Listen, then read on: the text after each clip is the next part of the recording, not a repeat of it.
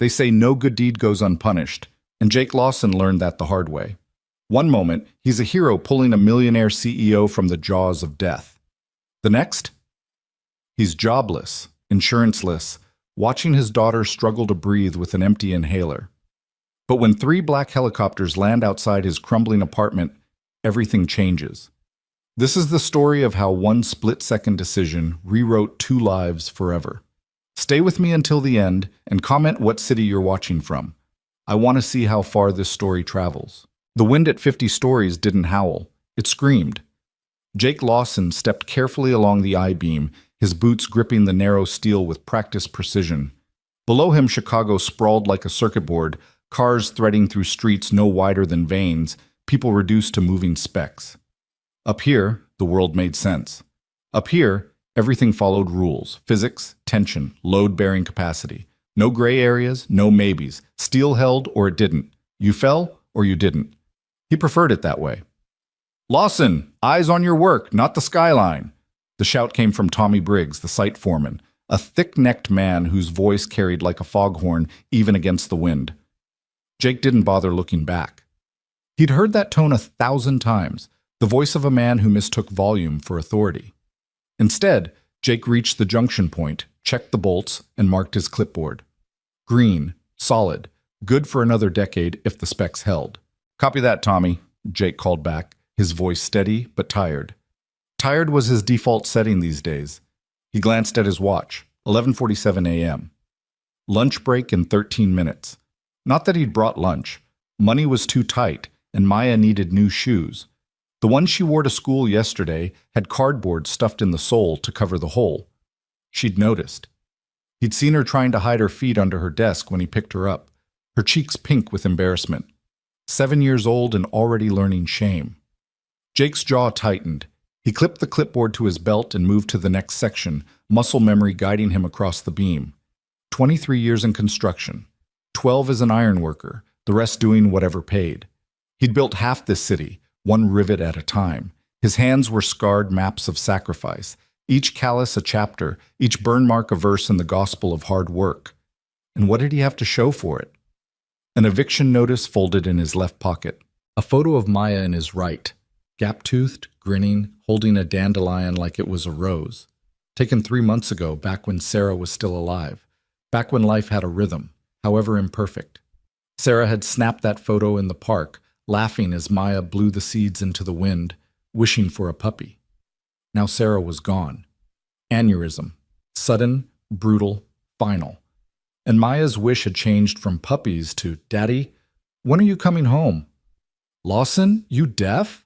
Tommy's voice again, closer now. Jake turned to see the foreman clambering across the scaffolding, his face red with exertion or irritation, probably both. Tommy was the kind of man who wore anger like cologne, dousing himself in it every morning. "I hear you fine, Tommy. What's up?" "What's up?" Tommy stopped a few feet away, gripping a support cable. "What's up is you're 3 beams behind schedule. What's up is I got the main contractor breathing down my neck about deadlines. What's up is you've been distracted for weeks, and it's starting to show." Jake's hands tightened around his wrench. "I'm doing my job." "Barely." Tommy spat over the edge, watching the saliva disappear into the void. "Look, I get it. Your wife? That's rough. But grief doesn't pay bills, and it sure as hell doesn't build buildings. Either you get your head in the game, or what?" Jake's voice dropped, cold as the steel beneath his feet. Tommy's eyes narrowed. "Or maybe you need some time off, unpaid, to sort your priorities." The words landed like a punch. Unpaid leave? Jake was already drowning, 2 months behind on rent, credit cards maxed out, Maya's asthma medication costing more than he made in a week. 3 days without a paycheck would sink them. "You can't do that," Jake said, fighting to keep his voice level. "I haven't missed a shift. I haven't what? Haven't been late? You were 17 minutes late on Monday. Haven't made mistakes?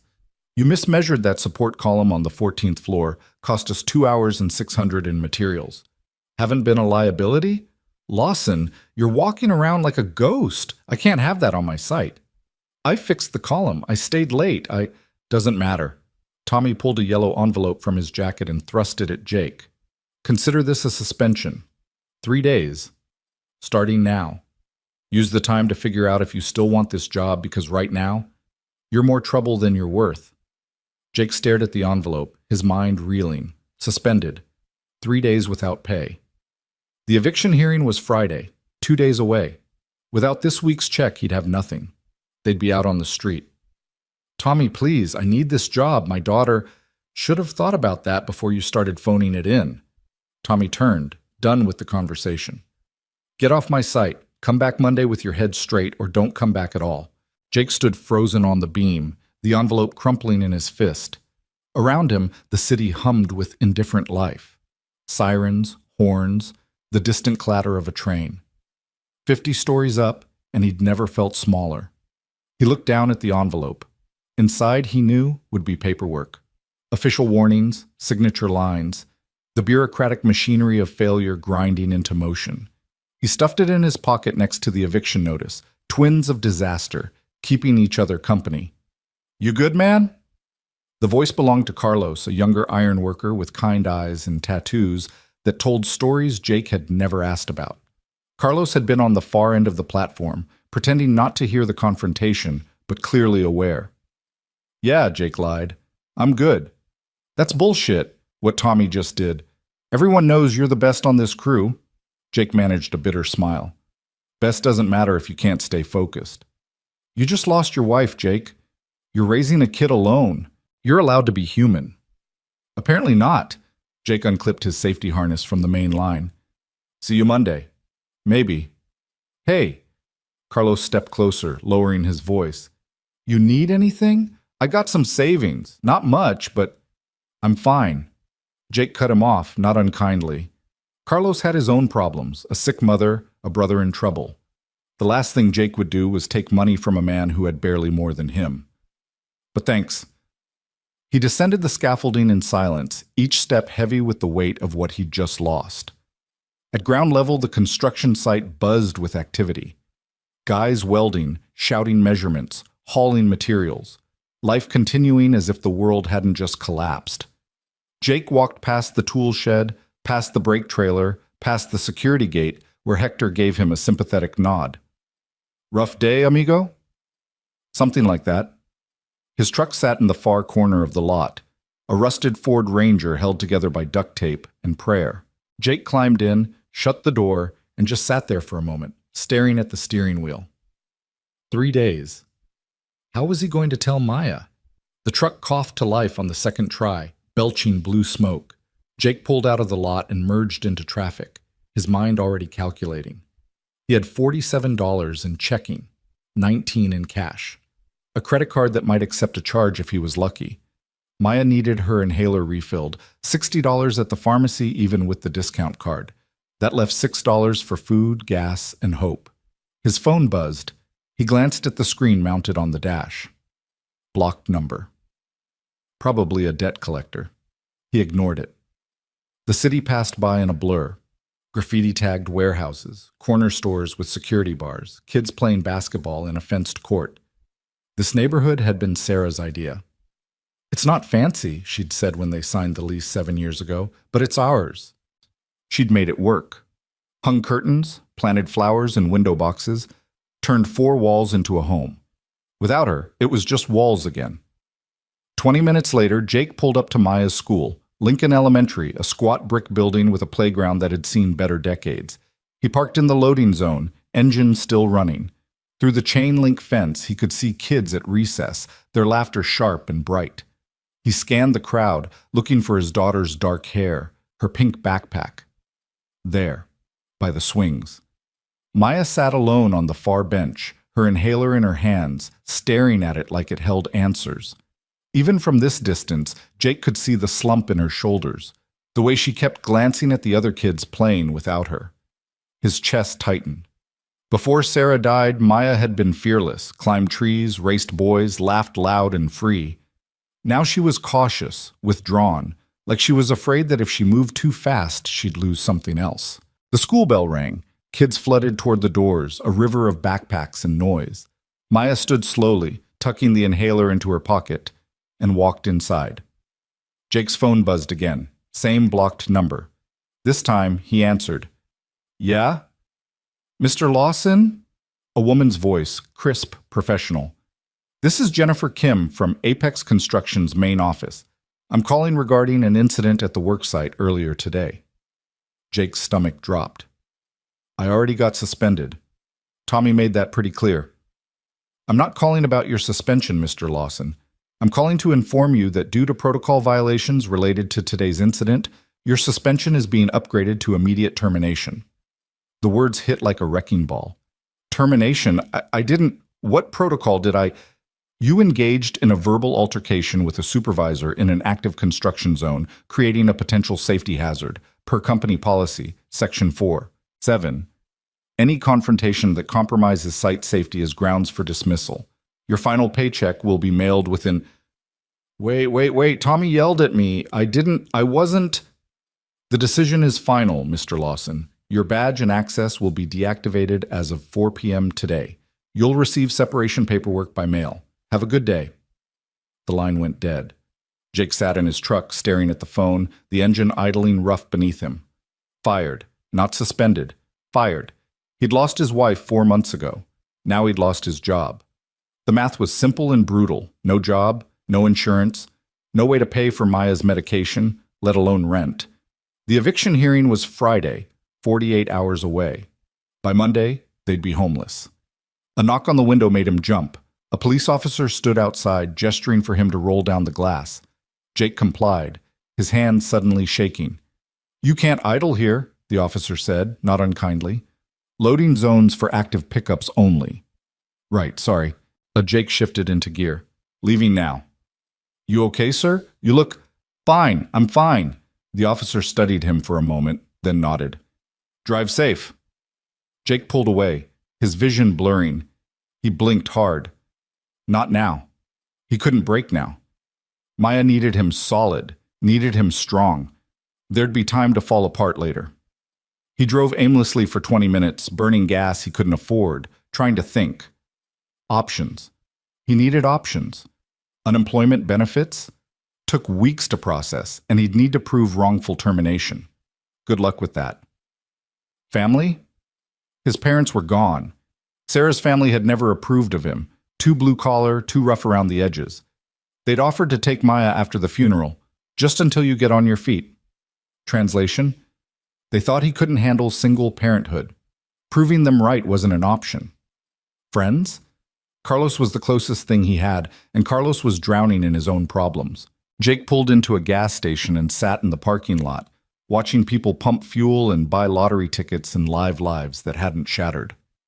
His phone buzzed. Not a call this time. A text from Maya's school. Urgent. Maya Lawson experienced respiratory distress in class. Please come to the nurse's office immediately. Ice flooded his veins. Jake yanked the truck into reverse, tires squealing as he shot back onto the street. Lincoln Elementary was 6 minutes away. He made it in 4, running 2 red lights and parking diagonally across 3 spots. He sprinted through the main entrance, past the security desk. Sir, you need to sign... Down the hall to the nurse's office. The door was open. Inside, Maya sat on an examination table, her face pale, her breathing shallow and wheezy. Nurse Patterson stood beside her, holding an oxygen mask. Dad? Maya's voice was small, scared. Jake crossed the room in 3 strides and pulled her into his arms. I'm here, baby. I'm here. Mr. Lawson, Nurse Patterson said gently. She had an asthma attack during math class.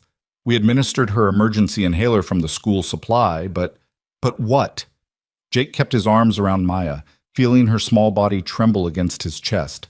But according to her file, she's due for a refill on her daily maintenance medication. Without it, these attacks are going to become more frequent. I know. I'll get it refilled. When? The nurse's tone wasn't accusatory, just concerned. Because this is the 3rd attack this month, Mr. Lawson. If they keep escalating up... I said I'll handle it. Jake's voice came out sharper than he intended. He softened it. I'll take care of it. Today. Nurse Patterson nodded slowly. Okay. But Jake, and I'm saying this as someone who cares, Maya needs stability right now. Medical stability, emotional stability. If there's anything the school can do, any resources we can connect you with, we're fine. Are you? Jake met her eyes. Nurse Patterson had worked at Lincoln for 20 years. She'd seen it all: poverty, neglect, families hanging on by threads. She wasn't judging, she was offering a lifeline. But Jake couldn't take it. Accepting help felt like admitting defeat, and he wasn't there yet, couldn't be there yet. We're fine, he repeated. Come on, Maya, let's get you home. He signed her out and carried her to the truck, her backpack slung over his shoulder. She didn't speak until they were pulling out of the parking lot. Dad?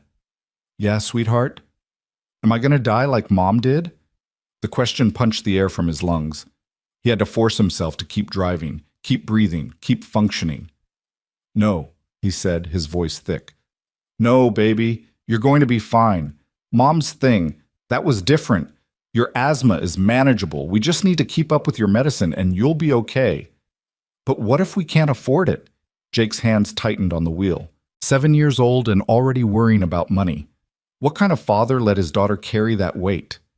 We'll afford it, he promised. Don't worry about that. That's my job. Okay.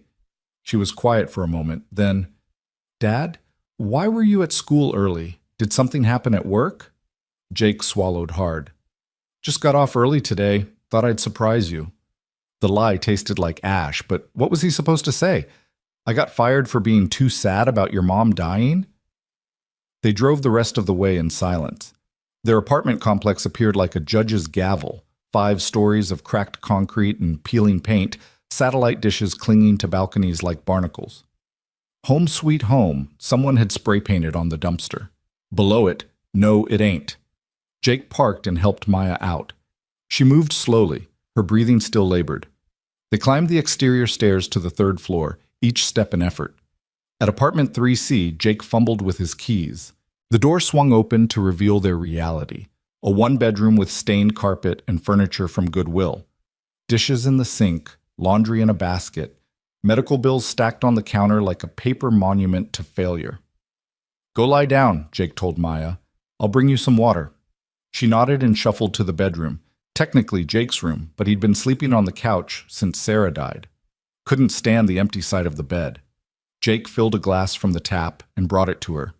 Maya was already curled up under her blanket, the one with faded unicorns that Sarah had bought at a yard sale years ago. Try to rest, he said, brushing hair from her forehead. I'm going to run to the pharmacy real quick. Can we afford it? There was that question again, like a splinter working deeper. Yes, Jake lied again. Get some sleep. He waited until her breathing evened out, then grabbed his wallet and keys. The pharmacy was 4 blocks away, a chain drugstore with fluorescent lights that made everyone look sick. Jake approached the counter where a tired pharmacist named Ron had filled Maya's prescriptions for years. Hey, Jake? The usual? Yeah, the maintenance inhaler. Ron typed into his computer, his expression shifting from neutral to sympathetic. Okay, so your insurance was terminated as of today. The medication without coverage is, let me check, $247. Jake's world tilted. 200? I don't have that. I had insurance this morning. Says here it was canceled at 4 p.m. I'm sorry, man. Sometimes if you call the insurance company, they can... I got fired today. The words came out hollow. That's why it's canceled. Ron winced. Damn, look, I can give you a generic alternative. It's not quite as effective, but it's better than nothing. That'll run you $83. 83. Jake had 66 in total. He was $17 short of keeping his daughter breathing. Can I pay part now and part later? Jake asked, hating the desperation in his voice. Ron glanced around, lowered his voice. Officially, no. Unofficially, I can float you the 17 if you promise to pay it back next time you're in. I promise. Thank you. God, thank you. Ron processed the transaction, and Jake walked out with a small paper bag containing a generic inhaler and a receipt that might as well have been a death certificate for his pride. He walked back to the apartment in a daze. The sun was setting, painting the sky in shades of orange and purple. Beautiful, in a way that felt like mockery. How dare the world be beautiful when everything was falling apart? Inside, Maya was still asleep. Jake set the medication on the nightstand and retreated to the living room, sinking onto the couch. He pulled out his phone and stared at his bank balance. £19.47. The eviction hearing was Friday. Rent was $1,200. Even if he found a job tomorrow, which he wouldn't, he couldn't catch up. They'd be evicted. Then what? Shelters? Living in his truck? And what about Maya's school, her stability, her asthma? For the first time since Sarah died, Jake felt the full weight of his situation crushing down. He'd been running on adrenaline and denial, telling himself he could handle it, that hard work and willpower would be enough. But it wasn't enough. He wasn't enough.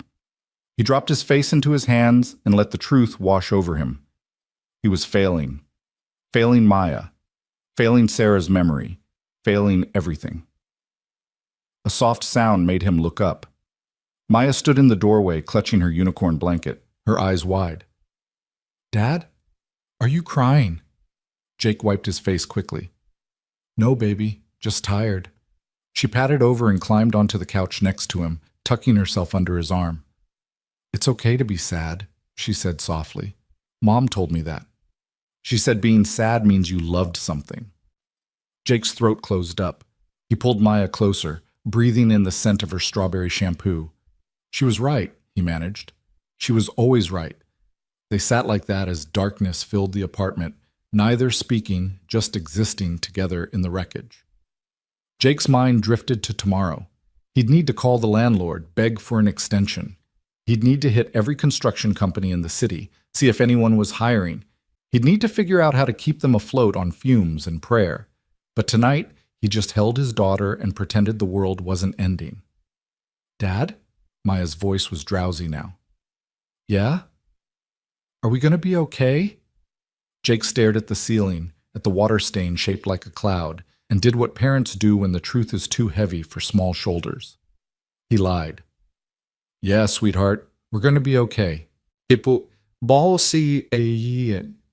And as the night deepened around them, Jake Lawson made a silent promise to Sarah's memory and to the little girl in his arms. He would find a way. He'd work 3 jobs if he had to. He'd sell everything he owned. He'd bleed himself dry. But he would not let Maya down, whatever it took. Outside, the city hummed with indifference. 1,000,000 people living their lives, unaware that in apartment 3C, a single father sat in the dark, holding on to the only thing that mattered, trying to believe his own promises. Tomorrow would bring new catastrophes. Tomorrow always did. But tomorrow was still hours away. For now there was just this, a father and daughter, together in the darkness, proving that love, however battered, however bruised, could still exist when everything else had fallen away. And maybe, in a world that seemed designed to break men like Jake Lawson, that was enough. For tonight, at least. It had to be. The alarm clock didn't go off, mainly because Jake had never set it. He'd spent the night on the couch, Maya curled against him, both of them drifting in and out of restless sleep. When dawn broke through the thin curtains, painting the apartment in shades of gray, Jake was already awake, staring at the ceiling and running calculations that never added up. The water stain above him had grown since last month. Another thing the landlord wouldn't fix. Another problem on a list so long it had become background noise. Maya stirred, her breathing still carrying that slight wheeze that made Jake's chest tighten. He checked his phone, 6:47 a.m. Normally he'd be on site by now, coffee in hand, ready to climb into the sky and earn another day's survival.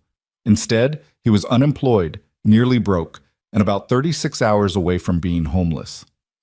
"Dad?" Maya's voice was thick with sleep. "Right here, sweetheart." She sat up, rubbing her eyes. "Do I have school today?" "It's Friday, so yeah." Jake stood, his back protesting from a night on the couch. "But first, let's get some breakfast in you." They went through the motions, cereal with milk that was 2 days from expiring, Maya's medication, clothes that were getting too small. Normal things, routine things, things that felt like lies when everything underneath was crumbling. "Dad, you're not wearing your work clothes," Maya observed as Jake pulled on jeans and a t-shirt instead of his usual Carhartt jacket and steel-toed boots. "Day off today," he said, forcing brightness into his voice. Thought I'd use the time to catch up on some things. Like what? Boring adult stuff. You wouldn't be interested.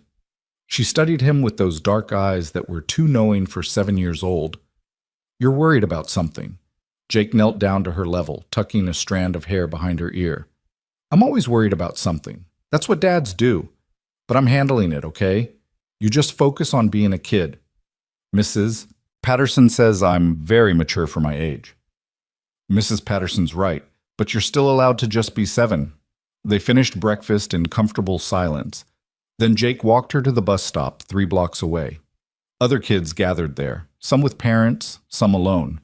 Maya joined a girl named Sophie who lived in their building, and the two of them stood together, backpacks touching, whispering about whatever 7-year-olds whispered about. The bus arrived, yellow and loud, and Maya climbed aboard. Through the grimy window, she found Jake's face and waved. He waved back, maintaining his smile until the bus turned the corner and disappeared. Then the smile fell away like a mask. Jake pulled out his phone and started making calls. First, the landlord, straight to voicemail. He left a message asking about a payment plan, knowing it was futile but trying anyway. Next, 3 construction companies. 2 weren't hiring. The third said to come by Monday with his resume, which meant nothing immediate, nothing that would stop Friday's eviction hearing. He was walking back to his truck when his phone rang. Unknown number. Yeah? Mr. Lawson? A man's voice, crisp with authority. This is Detective Marcus Chen with CPD. I'm calling about an incident that occurred yesterday at the Apex construction site on South Michigan Avenue. Do you have a moment to speak? Jake's stomach dropped. An incident? I was there yesterday, but I didn't... What incident? I'd rather discuss this in person. Are you available this morning? Say, 9 o'clock at the 4th District Station? Am I being charged with something? No, sir. We just need your statement regarding what you witnessed. It's routine. Nothing about this felt routine, but Jake agreed. He had nowhere else to be, and refusing a police request seemed like a terrible idea when his life was already in free fall. The 4th District Station was a blocky concrete building that looked exactly like what it was, a place where bad days got officially documented. Jake parked in the visitor lot and went inside, where a desk sergeant directed him to the 3rd floor. Detective Chen turned out to be a lean man in his 40s with graying temples and tired eyes. He met Jake in a small conference room with a window overlooking the street. Mr. Lawson, thanks for coming in. Chen shook his hand and gestured to a chair. Coffee? I'm good. All right, let's get to it. Chen opened a folder and pulled out several photographs. They showed the construction site from yesterday, the same steel beams Jake had been inspecting, the same scaffolding he'd climbed. You were working on the Morrison Tower project yesterday morning, correct? Until I got suspended, yeah. Why were you suspended? Jake hesitated.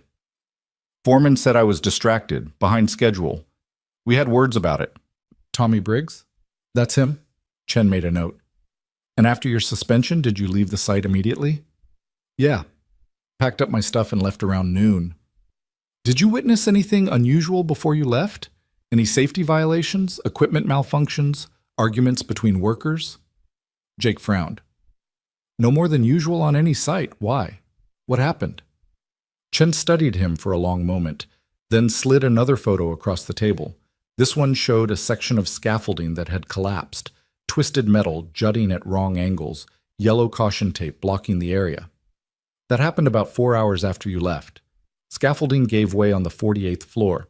3 workers injured, 1 critically. We're investigating whether it was equipment failure, installation error, or something else. The air left Jake's lungs. Jesus, who got hurt? Carlos Mendez was the critical. He's at Northwestern Memorial in intensive care. Carlos, the kid who'd offered Jake money when he had barely any himself. The one who'd said everyone knew Jake was the best on the crew. Is he going to make it? Jake's voice came out rough. Too early to tell, but Mr. Lawson, here's why I called you in. Chen pulled out another document, engineering schematics. According to the site logs, you were the last person to inspect that specific section of scaffolding before the collapse. We need to know what you saw, what condition it was in, and whether you noted any concerns. Jake's mind raced back to yesterday morning. The wind, the steel, the bolts he'd checked and marked green on his clipboard.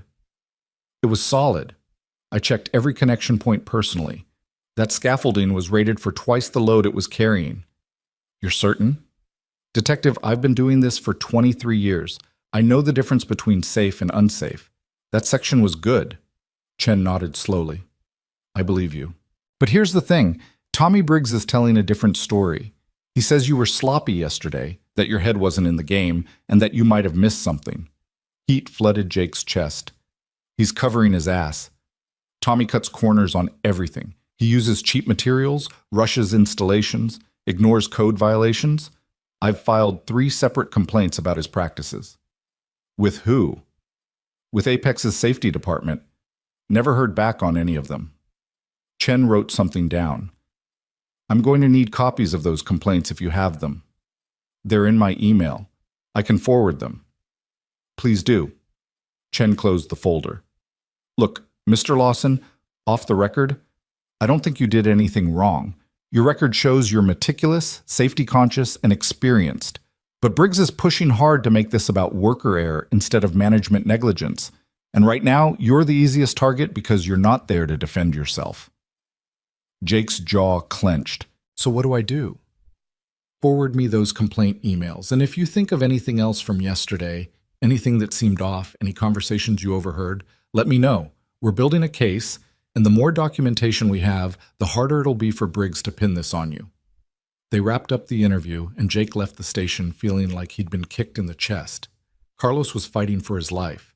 Jake was being framed as the cause, and Tommy Briggs, that corrupt corner-cutting bastard, was rewriting history to save his own skin. Jake sat in his truck and forwarded the complaint emails to Detective Chen. Then he called Northwestern Memorial. I'm calling about Carlos Mendez, he told the receptionist. He was admitted yesterday after a construction accident. Are you family? No, but I'm sorry, sir. We can only release information to immediate family members. Jake hung up and pressed his forehead against the steering wheel. Carlos was 24 years old. He had a mother who cleaned houses, a younger brother who needed surgery they couldn't afford, and dreams of starting his own contracting company someday. Now he was in intensive care because Tommy Briggs valued profits over safety. And Jake had been there. Jake had inspected that scaffolding. Jake had signed off on it. What if he had missed something? What if grief had made him careless, and Carlos was paying the price? The doubt wormed into his brain like rot into wood. He tried to shake it off, tried to remember the bolts he'd checked, the structural integrity he'd verified. But exhaustion and stress had a way of making even certainties feel questionable. His phone buzzed. A text from the landlord's office. Reminder, eviction hearing tomorrow, Saturday, 10 a.m. Failure to appear will result in default judgment. Bring payment in full or proof of payment plan. Jake stared at the message until the screen went dark. Then he started driving, not toward home, but toward the Morrison Tower site. He needed to see the collapse for himself, needed to understand what had happened. The site was locked down when he arrived. Yellow caution tape everywhere, a security guard stationed at the entrance. Jake parked across the street and watched through the chain-link fence. From here, he could see the damaged scaffolding on the 48th floor, a dark scar against the gray steel skeleton. Workers moved around the site, but slowly, carefully.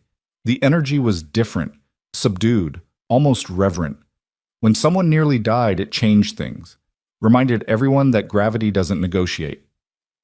Jake was about to leave when a sleek black SUV pulled up to the site entrance. The security guard immediately straightened, opening the gate. The SUV rolled through and Jake caught a glimpse of the passenger. A woman in her 50s with silver hair pulled back severely, wearing a suit that probably cost more than Jake made in a month. Victoria Hale, owner and CEO of Apex Construction. Jake had seen her exactly twice in 12 years. Once at a company meeting, once in a photo on the break room wall. She wasn't someone who visited sites. She was someone who approved budgets and attended board meetings and existed in a different atmosphere than the men who actually built things. What was she doing here? Jake watched as she stepped out of the SUV, flanked by 2 men in suits who looked like lawyers or bodyguards or both. Tommy Briggs practically sprinted to meet her, his body language shifting from aggressive foreman to obsequious subordinate in seconds. They spoke briefly, Tommy gesturing toward the collapsed scaffolding, then toward the main building. Victoria nodded, her expression unreadable behind designer sunglasses. Then something happened that would change everything. A delivery truck came rumbling through the gate, one of those flatbed semis carrying steel I-beams. The driver, distracted by his phone, didn't see that his rig's brakes had failed until he was already rolling down the slight incline toward where Victoria and Tommy stood. Time fractured into slow motion. The truck picked up speed. Workers shouted warnings.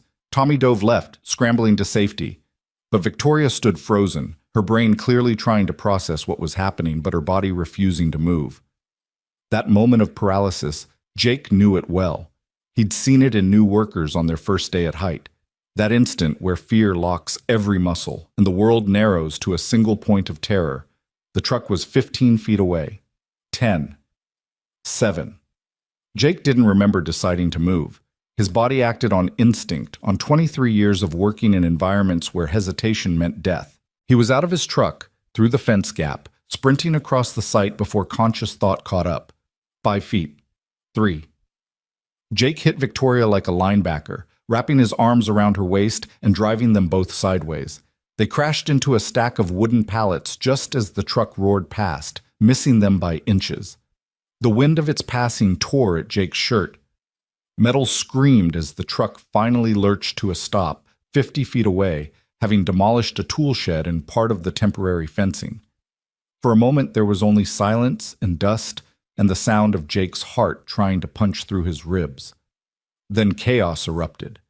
Workers rushed over, shouting questions. The truck driver stumbled out of his cab, white-faced and shaking. Tommy Briggs appeared, yelling into his phone. And beneath Jake, pressed against the pallets, Victoria Hale lay absolutely still. "Ma'am?" Jake rolled off her, his body screaming with adrenaline. "Are you hurt? Can you move?" She drew in a sharp breath, then another. Her sunglasses had been knocked off, revealing gray eyes that were currently very wide and very focused on Jake's face. What? You... She couldn't seem to form complete sentences. "Take it slow," Jake said, gentler now. "You might be in shock. Don't try to stand up yet." One of the suited men, definitely security, pushed through the crowd. "Ms. Hale, are you injured?" I don't know." She touched her wrist, winced. "My hand. I think I hit it." An ambulance was already being called. Jake started to back away, to disappear into the crowd before anyone asked what he was doing there, but Victoria's hand shot out and grabbed his arm. "Wait, you saved my life. You were in danger. I reacted. Anyone would have... No!" Her voice was stronger now, cutting through the noise. "Everyone else froze. You didn't." She looked up at the security guard. "Who is this man?" Jake opened his mouth to answer, but Tommy Briggs materialized beside them, his face a mask of concern that didn't reach his eyes. "Ms. Hale, thank God you're all right. This is Jake Lawson. He's one of our workers. Was one of our workers. He was recently let go." Victoria's eyes sharpened. "Let go? Why?" "Performance issues," Tommy said smoothly. "Nothing personal, just..." "That's a lie," Jake said, his voice flat. "I was fired for speaking up about safety violations. The same violations that led to yesterday's collapse." Tommy's face darkened. "That's a serious accusation, Lawson. You got fired because you were sloppy and distracted. Everyone knows it. Everyone knows you cut corners and intimidate workers who try to report it." Jake stood, helping Victoria to her feet. "Detective Chen has my full statement, including the 3 formal complaints I filed about your practices. Complaints that your office ignored." "You're talking about things you don't understand," Tommy snarled. "You're a bitter ex-employee making wild..." "Enough!" Victoria's single word carried enough authority to silence both men. She swayed slightly, and both Jake and her security guard reached out to steady her. She waved them off. "I'm fine. Just shaken." She turned to Jake. "You said you filed complaints?" "Yes, ma'am. 3 separate reports over the past year documenting... I want copies. All of them." She looked at Tommy. "And I want you to explain why I'm only hearing about these now, after 3 men were injured on your watch." Tommy's mouth opened and closed. "Ms. Hale, I can explain later." She turned back to Jake. "What's your name again?" "Jake Lawson." "Jake Lawson." She repeated it like she was committing it to memory. You saved my life today. Whatever else happens, I won't forget that. The ambulance arrived, paramedics swarming around Victoria. They wanted to take her to the hospital for observation, but she refused until they'd at least examined her wrist. Sprained, they said. Not broken. She'd been lucky. They insisted Jake get checked too. Possible bruising, potential impact injuries. He tried to refuse, but Victoria cut him off. Let them examine you. You tackled me hard enough to knock the wind from both of us. So Jake endured the paramedics' poking and prodding while workers whispered and stared. He caught fragments of conversations. Did you see that? Moved like lightning. Saved the boss's life. But mostly he focused on staying calm, on not thinking about the fact that he'd just thrown himself in front of a moving truck while unemployed and uninsured. The paramedics declared him bruised but intact. Victoria's security team wanted to take statements, wanted his contact information, wanted to know exactly what he'd seen and when he'd reacted. Jake answered mechanically, his mind elsewhere. Carlos was still in intensive care. Jake was still fired. The eviction hearing was still tomorrow. Saving Victoria Hale's life didn't change any of that. Finally, they let him go. He was walking back to his truck when a voice called out, "Lawson, wait!" Tommy Briggs jogged up, his expression somewhere between fury and fear. "What the hell were you thinking, coming back here?" "You're trespassing." "I was across the street, public property." "And then you entered a restricted work site without authorization. To save someone's life. Yeah, real criminal behavior." Tommy stepped closer, lowering his voice. "You think you're clever, playing hero in front of the boss? You think this changes anything? You're still fired. You're still the guy who couldn't handle his job. And if you keep spreading lies about safety violations, they're not lies, and you know it." Jake met his glare without flinching. "Carlos is in the ICU because you value speed over safety. How many more people have to get hurt before someone holds you accountable?" "You self-righteous?" Tommy caught himself, glancing around. "You want to talk about accountability? Fine. I'm filing charges, trespassing, interference with a work site, assault. Assault. I saved. You tackled Ms. Hale. I'm sure her lawyers can make a case that you could have warned her instead of physically attacking her. Depends on how we spin it." Jake's hands curled into fists. "You're threatening to say, I'm promising. You want to make trouble for me? I'll bury you. You'll never work construction in this city again. Hell, you'll be lucky if you're not in jail." Tommy smiled, and it was the ugliest thing Jake had seen all day. "Walk away, Lawson. Keep your mouth shut. Stay out of our business, and maybe I'll let this go." For one terrible second, Jake imagined hitting him. Imagined driving his fist into that smug face and watching Tommy crumple. But violence wouldn't help Carlos. Wouldn't get his job back. Wouldn't keep a roof over Maya's head. So he did what he'd been doing for 4 months. He swallowed his rage and walked away. He was halfway to his truck when his phone rang. Maya's school. Again. "Mr. Lawson, this is Principal Morgan. I'm afraid Maya's had another incident." Jake's blood went cold. "What kind of incident?" "She collapsed during recess. The nurse administered her inhaler, but we think you should come get her. She's asking for you." Jake ran the remaining distance to his truck and drove to Lincoln Elementary doing 20 over the limit. He found Maya in the nurse's office again, pale and small on the examination table, her breathing labored. "Dad." She reached for him and Jake gathered her up. "I've got you, baby. I've got you." Nurse Patterson looked grim. "Mr. Lawson, this is serious. She needs to see a pulmonologist. These attacks are escalating, and without proper treatment—" "I know." Jake's voice cracked. "I know. I'll figure it out." "When?" "Soon." "That's what you said yesterday." Jake had no answer. He signed Maya out and carried her to his truck, buckling her into the passenger seat. She looked so small, so fragile. When had that happened? When had his fierce, tree-climbing daughter become this breakable thing? "Where are we going?" she asked. "Home. You need to rest. I'm tired of resting. I'm tired of feeling like this." "I know, sweetheart. We're going to fix it." "How?" Jake drove in silence because he didn't have an answer. They pulled up to their apartment building and Maya pointed at something in the parking lot. "Dad, why are there helicopters?" Jake followed her gaze and felt his world tilt again. Three black helicopters sat in the park adjacent to their building, rotors still, their presence both surreal and vaguely threatening. Neighbors had gathered on balconies, taking photos. Kids on bikes circled at a safe distance. And standing next to the nearest helicopter, flanked by the same security team from earlier, was Victoria Hale. She was looking directly at Jake's truck.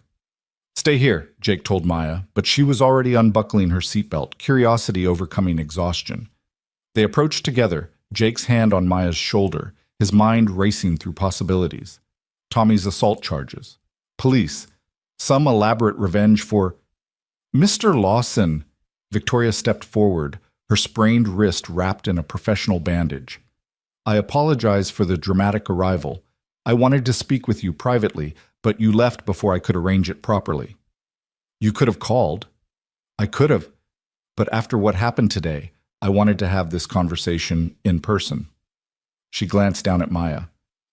"And this must be your daughter." "Maya," Jake said automatically. "Maya, this is Ms. Hale. We met at work today." "Did you really come in a helicopter?" Maya's eyes were wide. Victoria smiled, the first genuine expression Jake had seen from her. "I did. Have you ever been in one?" "No. Dad says they're too expensive." "Maya," Jake said, his cheeks burning, but Victoria laughed. "Your father's right. They are expensive, also loud and not particularly comfortable, but they get you places quickly." She looked back at Jake. "May we speak inside?" "I promise this won't take long." Jake wanted to refuse, wanted to protect Maya from whatever this was, but his daughter was already tugging his hand toward their building, excited to show a helicopter CEO their apartment. They climbed to 3C, Jake acutely aware of every stain, every crack, every evidence of poverty. Victoria said nothing, but he saw her taking it in, the peeling paint, the furniture held together with hope, the medical bills on the counter. Maya immediately curled up on the couch with her unicorn blanket, her breathing still ragged. Victoria noticed. "Is she all right?" "Asthma," Jake said shortly. "She'll be fine once she rests." Victoria nodded slowly, then turned to face him fully. "Mr. Lawson, Jake, I'm going to be direct because I don't believe in wasting time. This morning, you saved my life. You acted without hesitation when everyone else froze, and you did it despite having every reason to let me face the consequences of my company's negligence." "I didn't think about it," Jake said. "I just moved." "Exactly. And that tells me more about your character than any resume could." She pulled an envelope from her jacket. "After you left the site, I spent 2 hours reviewing everything. The accident reports, the safety complaints you filed, Tommy Briggs's personnel record. I also made some calls to workers who've served under him. The picture that emerged was damning." Jake said nothing, afraid to hope. "Tommy Briggs has been fired," Victoria continued. "So has the site manager who ignored your complaints.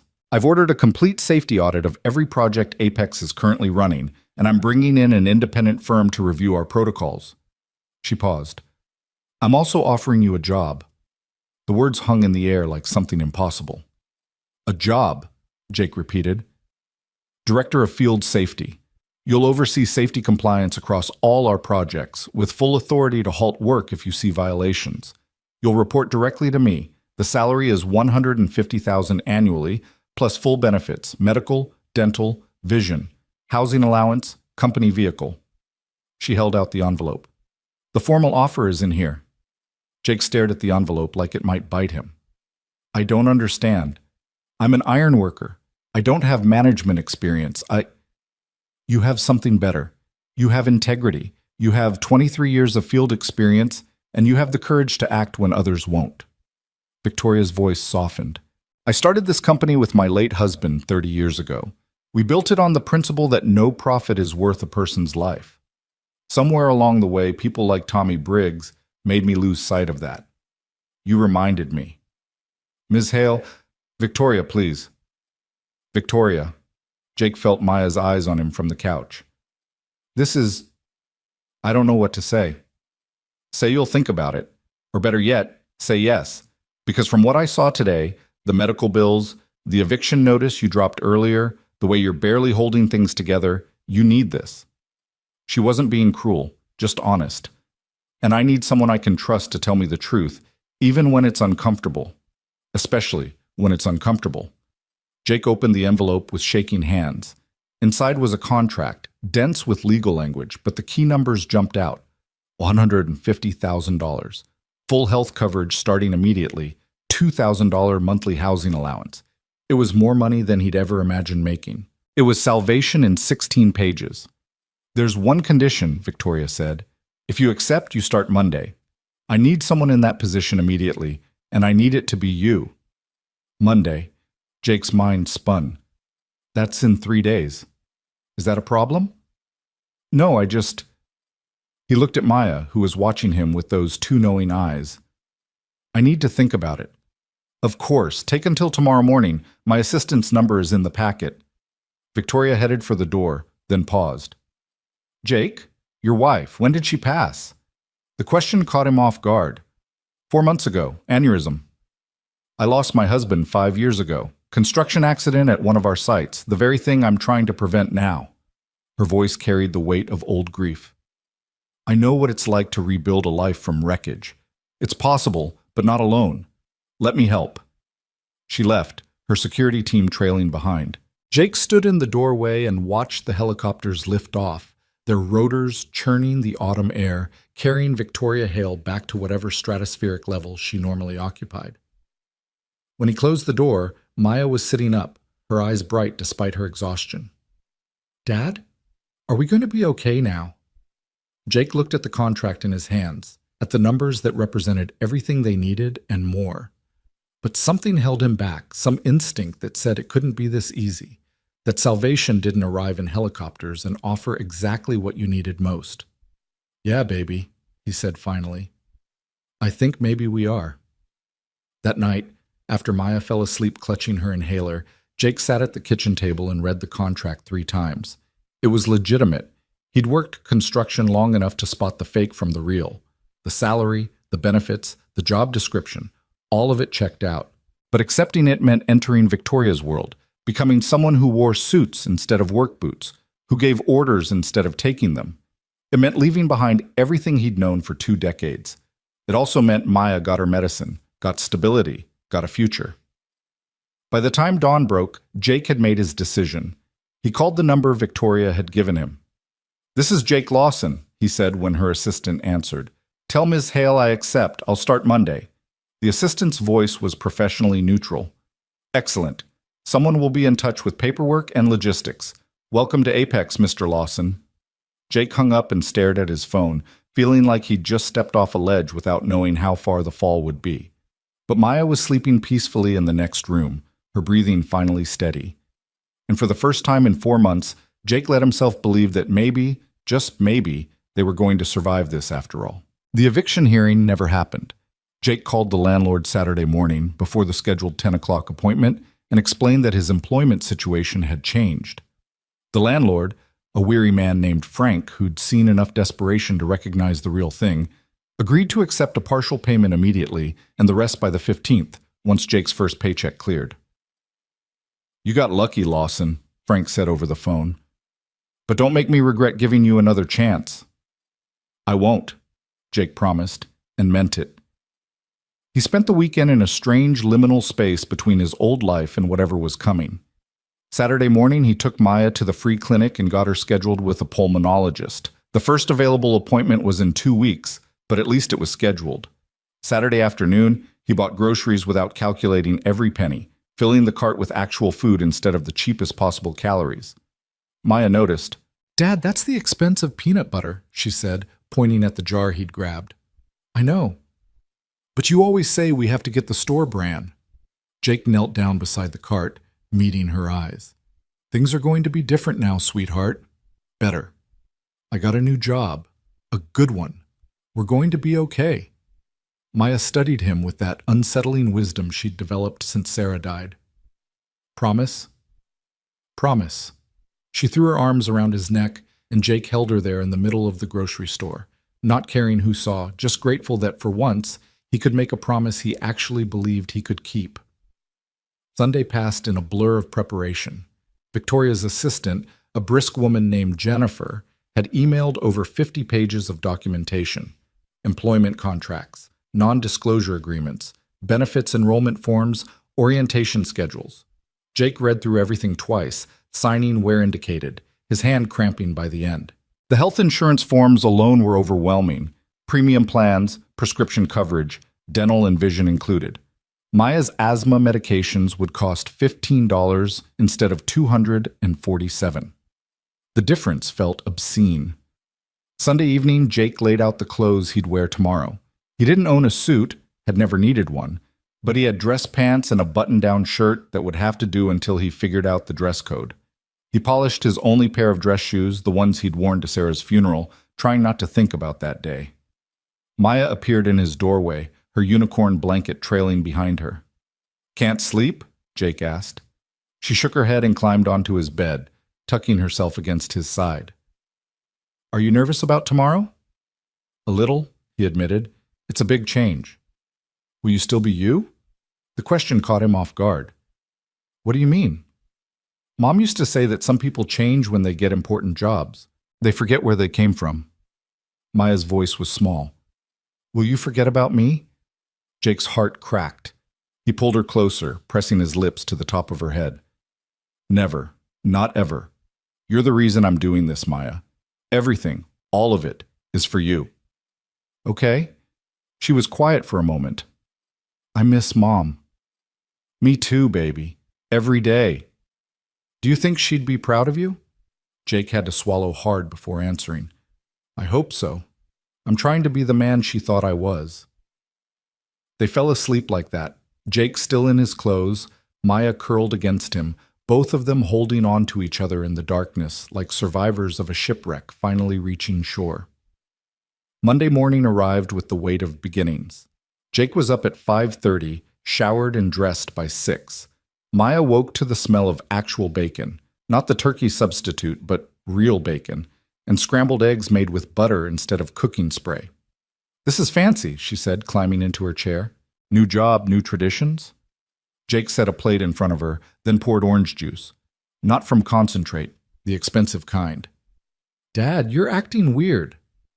Good weird or bad weird? She considered this seriously. Good weird, but still weird.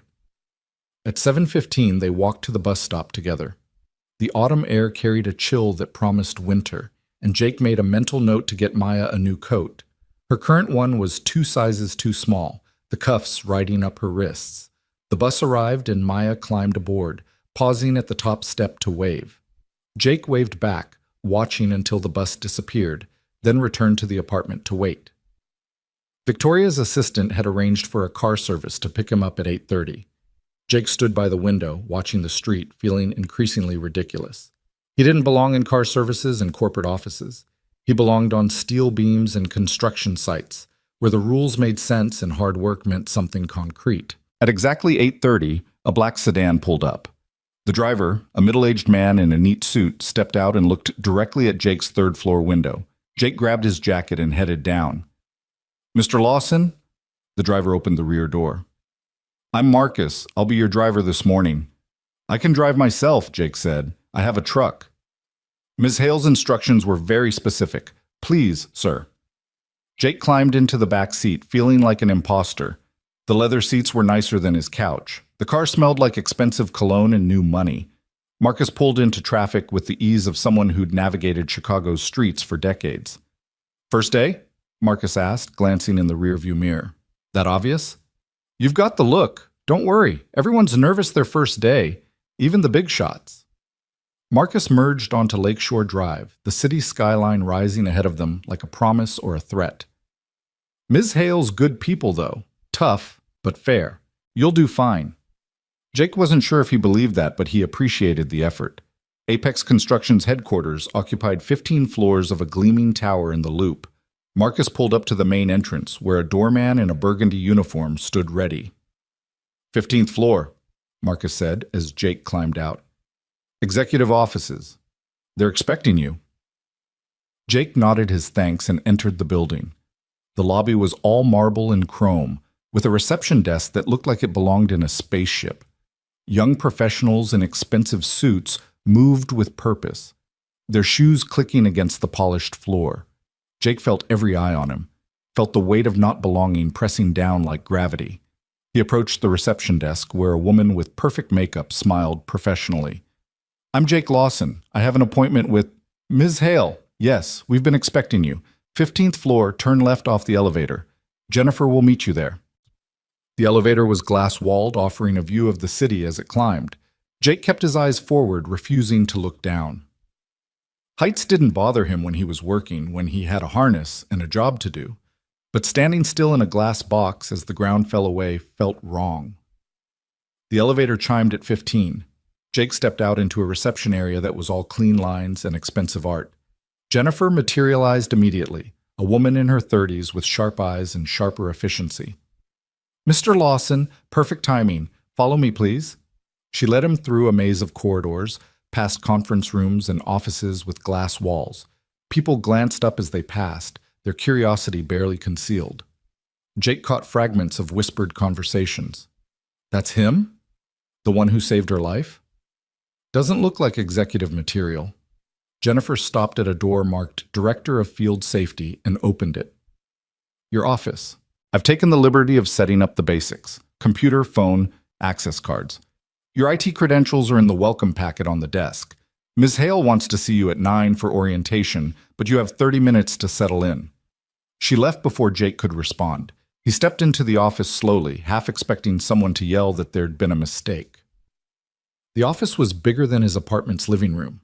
Floor-to-ceiling windows offered a view of the city. A massive desk held 2 monitors, a phone with more buttons than he knew what to do with, and a nameplate that read Jake Lawson, Director of Field Safety. Jake sank into the leather chair and stared at his name in brass letters. 3 days ago, he'd been suspended and broke. Now he had an office with a view and a title that meant something. It didn't feel real. He spent 20 minutes trying to figure out the computer login, eventually succeeding with the temporary password Jennifer had left. His email inbox already had 47 messages, welcome notes, meeting invitations, orientation schedules. Jake scrolled through them, overwhelmed. At 8:55, Jennifer appeared in his doorway. "Ms. Hale is ready for you?" Victoria's office made Jake's look modest by comparison. It occupied the corner of the building, with windows on 2 walls offering panoramic views. The furniture was sleek and modern, the art on the walls probably worth more than Jake would make in a year. Victoria stood by the window, phone pressed to her ear, her bandaged wrist visible beneath her suit sleeve. She saw Jake and held up one finger. "Wait. I don't care what the investors think," she said into the phone. "Safety comes first. If they don't like it, they can find another company to fund." "Yes, I'm aware of the timeline. Then we'll adjust the timeline. What part of safety first is ambiguous?" She hung up without saying goodbye and turned to Jake. "Welcome to corporate politics. Coffee?" "I'm good, thanks." "Sit." She gestured to a chair, then took the one opposite, not behind her desk, but beside him, as equals. "How are you feeling?" "Honestly, completely out of my depth." Victoria smiled. "Good. That means you're paying attention." She pulled out a tablet and tapped the screen. "I'm going to be direct because that's the only way I know how to operate. Your job is simple in concept, difficult in execution. You're going to inspect every active Apex project and identify safety violations. When you find them, and you will find them, you'll document them and report directly to me. What about the site managers, the project leads?" "They'll hate you." Victoria's tone was matter of fact. "They'll see you as an obstacle, someone who's slowing down their timelines and cutting into their margins. Some will try to intimidate you. Others will try to charm you. A few will try to bribe you. Your job is to ignore all of it and tell me the truth." Did Jake process this? "You're essentially asking me to make enemies. I'm asking you to save lives. If that makes you unpopular, so be it." She leaned forward. "Jake, I'm going to tell you something that very few people know. My husband, Robert, died on one of our sites 5 years ago. A scaffold collapse, similar to what happened to your friend Carlos. The investigation found multiple safety violations that had been ignored because fixing them would have delayed the project. Robert was inspecting the site when it gave way." Her voice remained steady, but Jake saw the grief beneath the professional veneer. The site manager was fired, Victoria continued. 3 supervisors were let go. We paid settlements to Robert's family, my family, but money doesn't bring people back.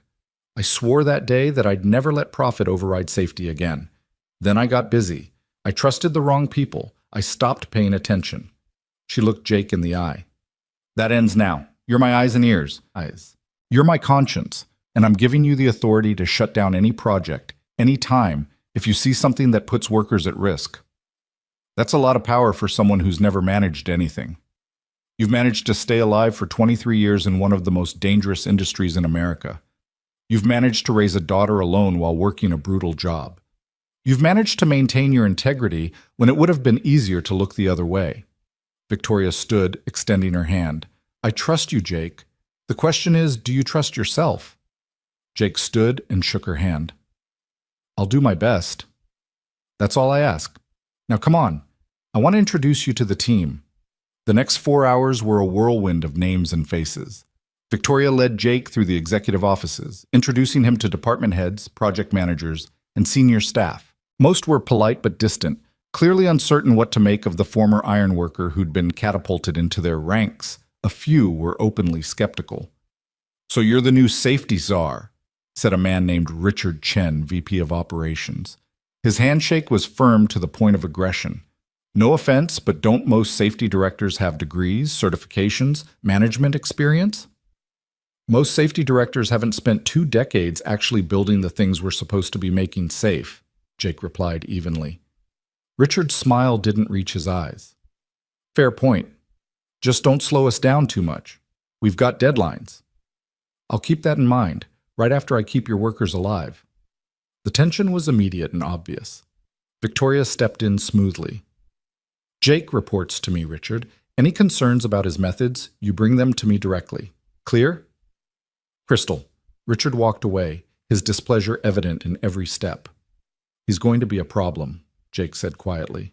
Most likely, but he's also one of the best project managers in the industry.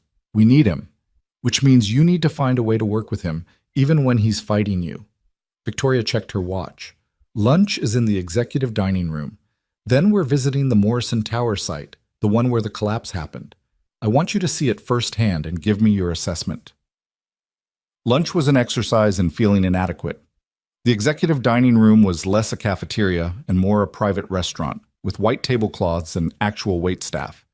Jake sat beside Victoria while department heads discussed quarterly projections and market trends in language that might as well have been foreign. He picked at his salmon, which was excellent but felt wrong somehow, like he didn't deserve food this nice, and tried to follow the conversation. Mostly, he just felt the weight of everyone's curiosity, their judgment, their certainty that he didn't belong. A woman across the table, Sarah Kim, Chief Financial Officer, smiled at him warmly.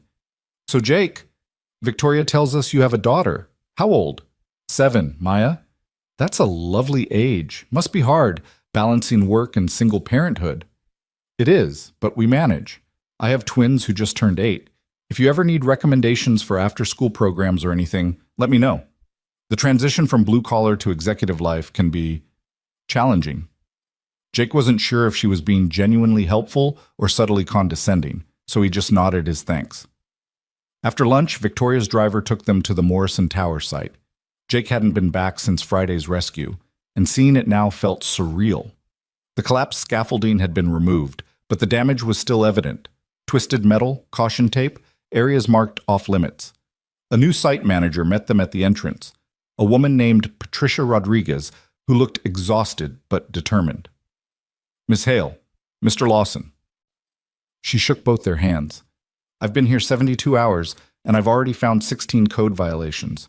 Tommy Briggs was running this site like a pirate ship. Show us, Victoria said. For the next 2 hours, Patricia walked them through the problems. Improperly secured equipment, inadequate safety gear, electrical systems that should have been replaced months ago, load calculations that were optimistic at best, criminally negligent at worst.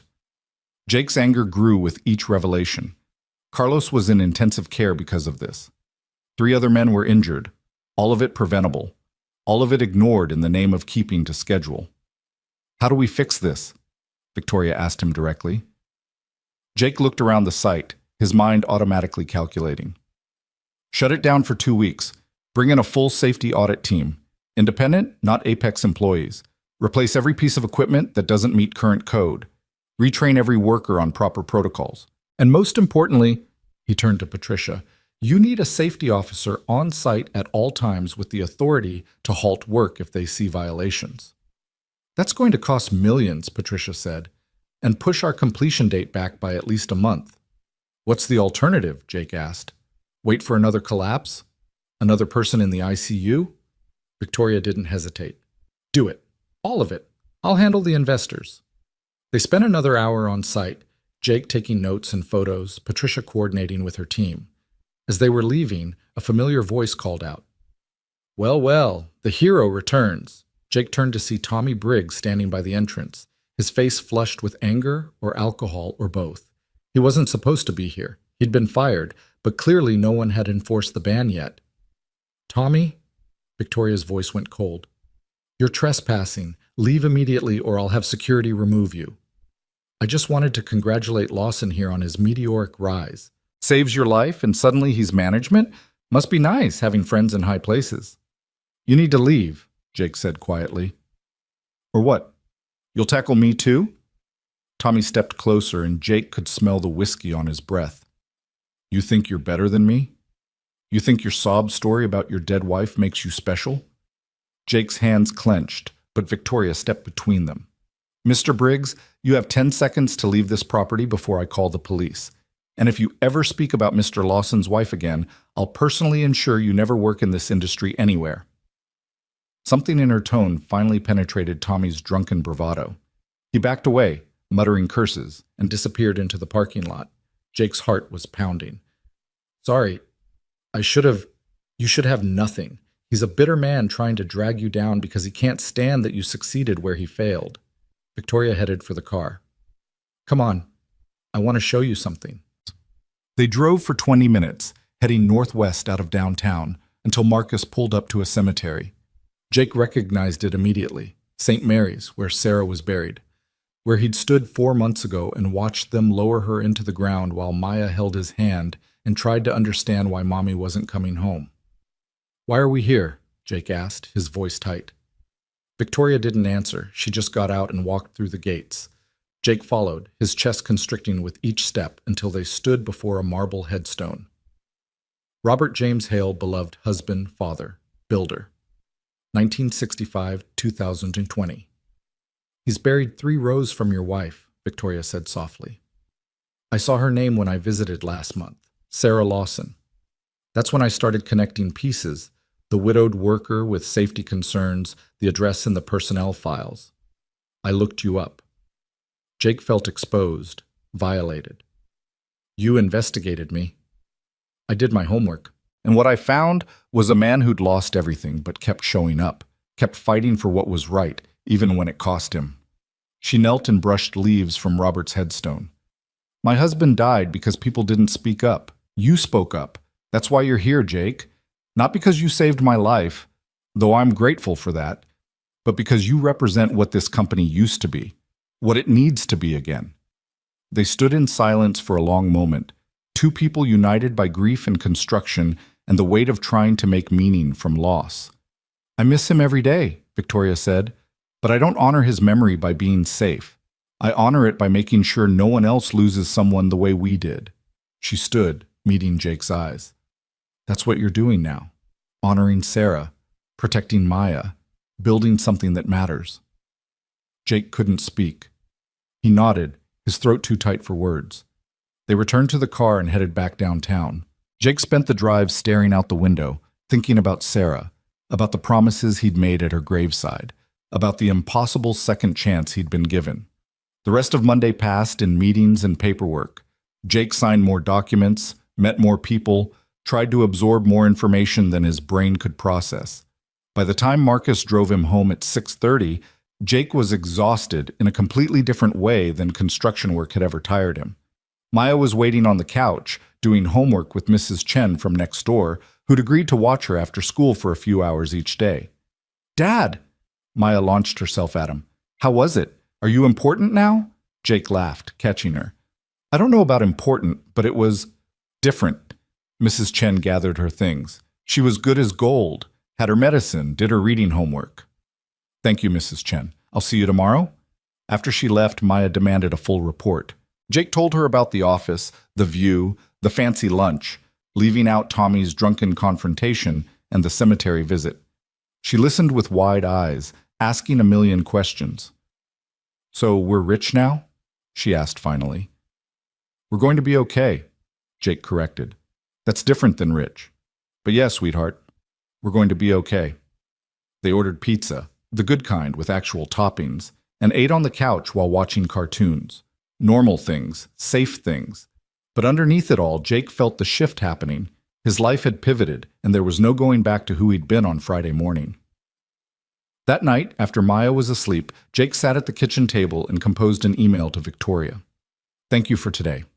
For the opportunity, the trust, and the visit to the cemetery. I won't let you down. I won't let any of them down. He hit send before he could second-guess himself, then checked his phone. He had a missed call from Northwestern Memorial. Jake's heart jumped. Carlos. He called back immediately, navigating the hospital's phone tree until he reached the ICU nurses' station. I'm calling about Carlos Mendez, Jake said. I'm a friend. Is there any update? Are you family? No, but... I'm sorry, sir. We can only release information to immediate family. Jake almost hung up, but something made him push. Please, he doesn't have much family. His mother's name is Rosa. She cleans houses. His brother Diego needs surgery. Carlos was hurt on my watch at my site. I just need to know if he's going to make it. There was a long pause. Then, he's stable. Still critical, but stable. The doctors are cautiously optimistic. Relief flooded through Jake. Thank you. God, thank you. He hung up and sat in the darkness of his kitchen, thinking about Carlos lying in that hospital bed, about all the other workers who'd been hurt or killed because people like Tommy Briggs cut corners and men like the old Jake Lawson didn't have the power to stop them. But he had power now. Authority. The ability to actually change things. The question was whether he'd be strong enough to use it. Jake's phone buzzed, an email from Victoria, responding to his message. You already haven't let us down. Get some rest. Tomorrow we visit 3 more sites, and I guarantee you're going to find problems. Steel yourself. This job won't make you popular, but it will make a difference. That's what matters. Jake read it twice, then looked around his apartment. The same cracked walls, the same secondhand furniture. But somehow it all looked different now.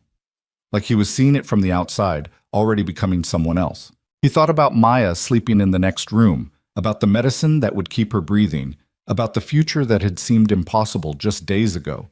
Then he thought about Sarah, about standing at her grave and promising to take care of their daughter, to be the man she'd believed he could be. Maybe this was how he kept that promise. Not just by surviving, but by becoming someone who could protect others the way he'd failed to protect her. Jake pulled out his laptop and started a spreadsheet. Every Apex construction site he knew about, categorized by priority, with columns for safety concerns and inspection schedules. He worked until after midnight, building the framework for how he'd approach this impossible job, making plans that felt both presumptuous and necessary. When he finally collapsed into bed, his last thought was of Victoria's words at the cemetery. You represent what this company used to be, what it needs to be again. Jake fell asleep hoping that was true, that he could somehow be equal to the faith she'd placed in him. Outside, the city hummed with midnight life, sirens and voices, and the distant rumble of trains. Somewhere in that vast darkness, people were building things, risking their lives on steel and concrete, trusting that someone was looking out for their safety. Now that someone was Jake Lawson. And he had no intention of letting them down.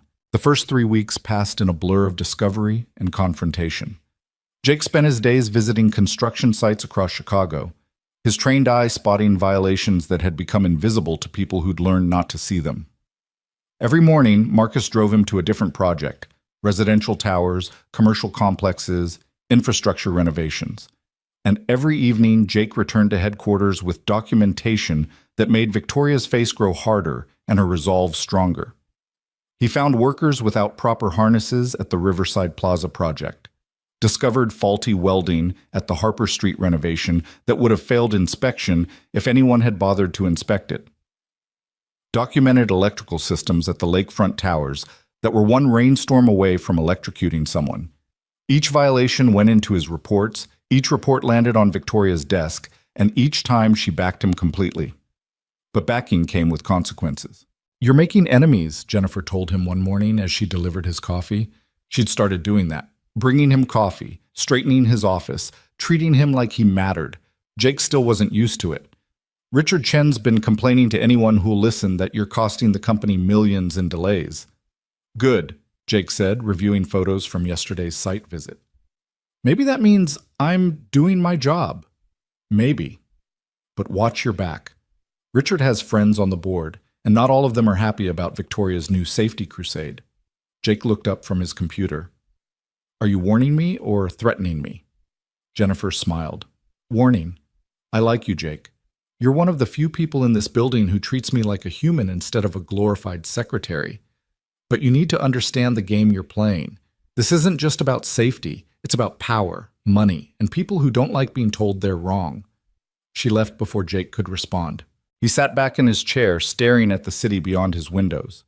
3 weeks in this world, and he was still figuring out the rules. On construction sites, everything was clear. Steel held or it didn't, welds passed inspection or they failed, safety protocols either existed or they didn't. But here, in the corporate atmosphere where he still felt like an intruder, truth seemed negotiable and power flowed through channels he didn't fully understand. His phone buzzed, Victoria's assistant. "Ms. Hale needs you in the conference room, now." Jake grabbed his tablet and headed down the hall. The conference room was already full. Victoria at the head of the table, Richard Chen to her right, Sarah Kim and 3 other executives he recognized but couldn't name filling the other seats. The tension was immediate and obvious. "Jake, sit." Victoria gestured to the empty chair beside her. "We're discussing the Harbor Point project. Richard has concerns about your latest report." Richard leaned forward, his expression carefully controlled. "Concerns is putting it mildly. You've recommended shutting down the entire site for 2 weeks. Do you have any idea what that costs? We're talking about $3 million in delays, penalty clauses with the client, and potential damage to our reputation." Jake opened his tablet and pulled up his photos. "I documented 47 separate safety violations at Harbor Point. The crane rigging is compromised, the fall protection systems are inadequate, and someone's been using substandard materials that don't match the engineering specifications. If we don't shut it down, someone's going to die." "That's speculation," Richard shot back. "You're catastrophizing to justify your position." "I'm reading the evidence. The crane inspection certifications are falsified. I checked with the vendor directly. The materials I tested came back 30% weaker than spec. And I personally watched 3 workers operating without proper safety gear while their supervisor looked the other way." Jake met Richard's glare without flinching. "This isn't speculation. It's documentation." Sarah Kim spoke up, her voice measured. "Jake, we appreciate your thoroughness, but there has to be a middle ground. Can we address the critical issues without a complete shutdown? Stage the repairs while work continues in safe areas? Not without risking lives. The crane services the entire site. The material problem affects multiple structural elements, and the culture of ignoring safety, that's systemic. You can't fix that with half measures." Richard's jaw tightened. "This is exactly the problem. You've been here 3 weeks, and suddenly you're an expert on project management, on cost-benefit analysis? You're a glorified inspector who got lucky." "Richard," Victoria's voice cut through the room like a blade. "Jake reports to me, and I trust his judgment. If he says the site needs to shut down, it shuts down." "Victoria, be reasonable. We can't what? Prioritize human lives over profit margins?" "That's exactly what we're going to do. Jake, send your full report to all site managers by end of day. Richard, you'll coordinate the shutdown for tomorrow morning. I'll handle the client personally." Richard stood abruptly. "This is a mistake. You're letting sentiment cloud your judgment, and it's going to cost us. Not just money, credibility, contracts, relationships we've built over decades." He looked at Jake with barely concealed contempt. "And all because you feel guilty about your husband and think this guy's some kind of moral compass." The room went silent. Victoria's expression didn't change, but Jake saw something dangerous flash in her eyes. "Get out," she said quietly. "Victoria, out, now. Before I say something we'll both regret." Richard left, his exit sharp with rage. The other executives exchanged uncomfortable glances. Sarah Kim cleared her throat. "I'll coordinate with legal on the client communications. Jake, can you prepare a presentation for the board meeting next week? They're going to want details on all the shutdowns and remediation costs." "Of course." The meeting dissolved, executives filing out in uncomfortable silence. Victoria remained seated, staring at the table. Jake hesitated. "I'm sorry," he said. "I didn't mean to cause—" "Stop." Victoria looked up, and her expression was steel. "You did nothing wrong. Richard's been fighting me on safety improvements since day one. This was inevitable." She stood, gathering her things. "But Jake? He's right about one thing. This is costing us. Money, relationships, board support. I can handle it, but you need to understand that every shutdown, every delay, every cost overrun makes my position weaker and yours more vulnerable. Are you saying I should compromise? I'm saying you should be aware of the stakes, and you should know that not everyone in this company wants you to succeed." She paused at the door. "Be careful. People like Richard don't fight fair when they feel threatened." Jake spent the rest of the afternoon preparing his report, documenting everything in painful detail. Photos, measurements, witness statements from workers who'd been too afraid to speak up before. By 6 o'clock, his eyes burned from staring at screens, and his head throbbed with the weight of it all. His phone rang. Maya's school. His chest tightened automatically. "Mr. Lawson? This is Mrs. Patterson. Maya's fine, but I wanted to update you on her pulmonology appointment tomorrow. I know you have it scheduled for 2 p.m. "Right. I've already cleared my afternoon." "Good. Because, Jake, I'm going to be honest. These past 3 weeks, Maya's been so much better. The new medication, the reduced stress, the stability, it's made a real difference. She's been participating more in class, playing with friends at recess. She seems happy." Something in Jake's chest loosened. "Thank you for telling me that." "You're doing a good job, Jake. I know it hasn't been easy, but you're doing right by that little girl." After they hung up, Jake sat quietly for a moment, letting himself feel something other than stress and vigilance. Maya was better. They had stability. The fear that had colored every moment for 4 months was finally starting to recede. His computer chimed. New email from Victoria. "Board meeting moved up to Friday. You'll need to present your findings on all current sites. Prepare for hostile questions. They're not happy about the costs." Jake sighed and pulled up his presentation file. 4 days to prepare a defense of decisions that should have been obvious. 4 days to justify keeping people alive. The week accelerated from there. Tuesday brought another site visit, this time to the Westside Medical Center expansion. Jake found more problems: inadequate scaffolding anchors, missing safety railings, workers operating equipment without proper certification. He documented everything, filed his report, and watched as Victoria ordered another shutdown. "That's 5 projects now," Jennifer said, updating his calendar. "The board's not going to like this." "The board can't audit my findings." "No, but they can fire Victoria. And if she goes, where does that leave you?" Jake hadn't considered that possibility. He'd been so focused on doing the job right that he hadn't thought about the political fallout. But Jennifer was right. Every shutdown, every cost overrun, every delay made Victoria's position more precarious. And if she fell, he'd fall with her. Wednesday brought Maya's pulmonologist appointment. Jake left work early, picking her up from school personally. They drove to Northwestern Memorial, the same hospital where Carlos was still recovering. And Jake tried not to think about what might have happened if that suspension hadn't become a firing. If Victoria hadn't offered him this chance, if he'd still been scrambling to afford even basic care. Dr. Patricia Okonkwo was a woman in her 40s with warm eyes and an accent that suggested Nigerian heritage.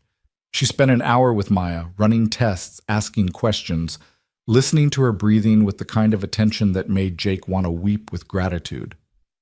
"Her asthma is well controlled now," Dr. Okonkwo said after the exam.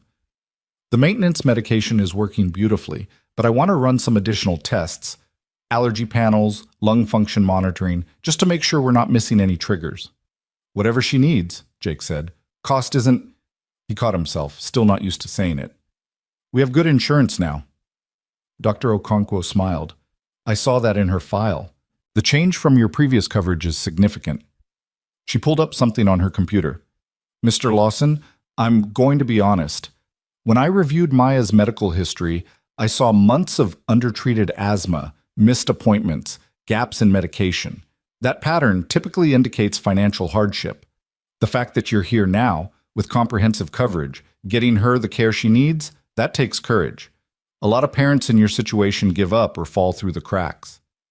I almost did, Jake admitted, but I got lucky. Luck had nothing to do with it. You fought for your daughter. That matters. She handed him a prescription. I'm adjusting her maintenance dose slightly and adding an emergency rescue inhaler to keep it cool. Schedule a follow-up in 6 weeks and call immediately if she has any severe episodes. They left the hospital, Maya clutching a sticker Dr. Okonkwo had given her, a cartoon lung with a smiley face. Jake found himself standing in the lobby, just breathing, letting the relief wash over him. His daughter was going to be okay. They were going to be okay. Dad? Maya tugged his hand. Can we visit Carlos? Jake looked toward the elevators leading to the ICU. He'd been avoiding it, afraid of what he'd find, afraid of his own guilt. But Maya's eyes were hopeful, and he couldn't say no. They took the elevator to the 8th floor. The ICU nurses' station looked different in daylight. Less intimidating, more human. Jake approached the desk. I'm here to see Carlos Mendez. I know I'm not family, but... Jake? A woman's voice, heavily accented, tired but warm. Rosa Mendez appeared from one of the rooms, her cleaning uniform replaced by worn jeans and a sweater. Jake Lawson? Mrs. Mendez, I'm so sorry. I should have come sooner.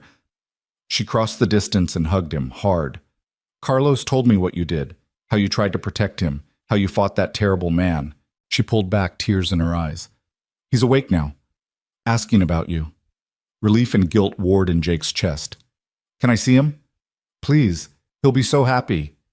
Carlos's room was small and sterile, machines beeping quietly, tubes and wires connecting him to systems keeping him alive. But his eyes were open, and when he saw Jake, he managed a weak smile. Hey, boss man. His voice was rough, damaged. Heard you got promoted. Jake moved to the bedside, Maya hanging back shyly. Carlos, Christ, I'm sorry. If I'd been there, if I'd checked that scaffolding again. Stop. Carlos coughed, wincing. Tommy showed me the inspection logs after you left. He changed them, made it look like that section was never checked. Wasn't your fault. The words hit Jake like a fist. He falsified the logs? Yeah, I wanted to rush the job, cut corners. When I called him on it, he told me to keep my mouth shut or I'd end up like you, fired and broke. Carlos's expression hardened. Then the scaffolding gave way, and here I am. Jake's hands clenched. Did you tell the police this? Told Detective Chen everything yesterday. He's building a criminal case now. Fraud, reckless endangerment, maybe even attempted manslaughter. Carlos managed to grin. Tommy's going down, Jake, and you're part of making it happen. I should have done more. Should have pushed harder. You did what you could with what you had. Now you got power. Use it. Carlos's eyes drifted to Maya. That your daughter? Yeah, Maya, come say hi. Maya approached carefully, staring at all the medical equipment. Does it hurt? Sometimes, Carlos admitted, but I'm getting better. Your dad's a hero, you know, not just for saving that fancy lady, for giving guys like me a voice. They stayed for 20 minutes, talking carefully around the painful subjects, focusing instead on Carlos's recovery timeline and his plans for physical therapy. Rosa brought coffee for Jake and juice for Maya, her gratitude expressed in constant small gestures, straightening his collar, squeezing his hand, calling him mijo, like he was her own son. When they finally left, Maya was quiet in the elevator. Dad, is Carlos going to be okay?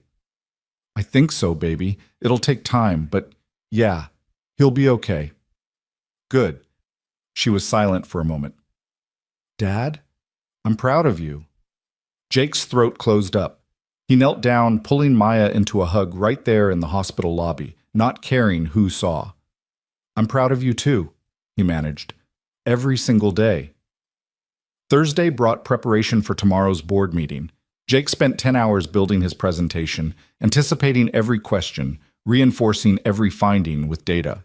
Jennifer helped, her corporate experience invaluable in translating his field observations into language that would resonate with executives. Don't let them bully you, she said as they worked late into the evening. Richard's going to try to discredit you, paint you as inexperienced, emotional, incapable of seeing the big picture. Stay calm, stick to facts, and remember that Victoria's got your back. What if that's not enough? What if they override her? Then we all start looking for new jobs. Jennifer's smile was grim. But that's not going to happen. Victoria Hale didn't build this company by backing down from fights. She's been quiet for 5 years, grieving and letting others run things.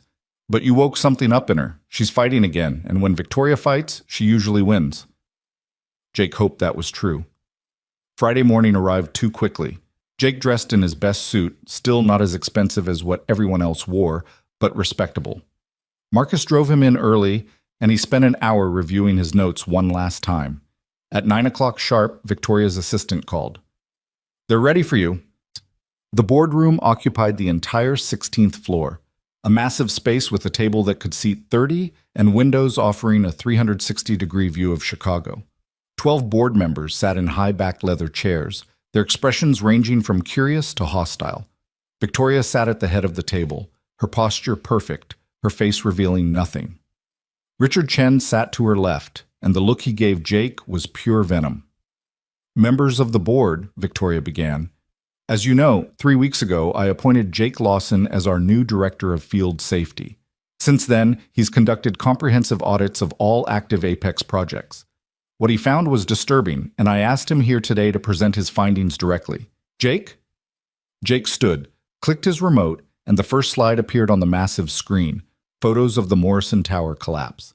3 men were critically injured when this scaffolding failed, Jake began, his voice steady despite the nervousness churning in his gut. The investigation revealed 47 separate safety violations at that site alone, ranging from falsified inspection records to the use of substandard materials. Similar patterns exist across multiple projects. He clicked through slides. Harbor Point, Westside Medical, Riverside Plaza, each one documenting violations, each one showing the human cost of negligence. Board members leaned forward, some taking notes, others whispering to each other.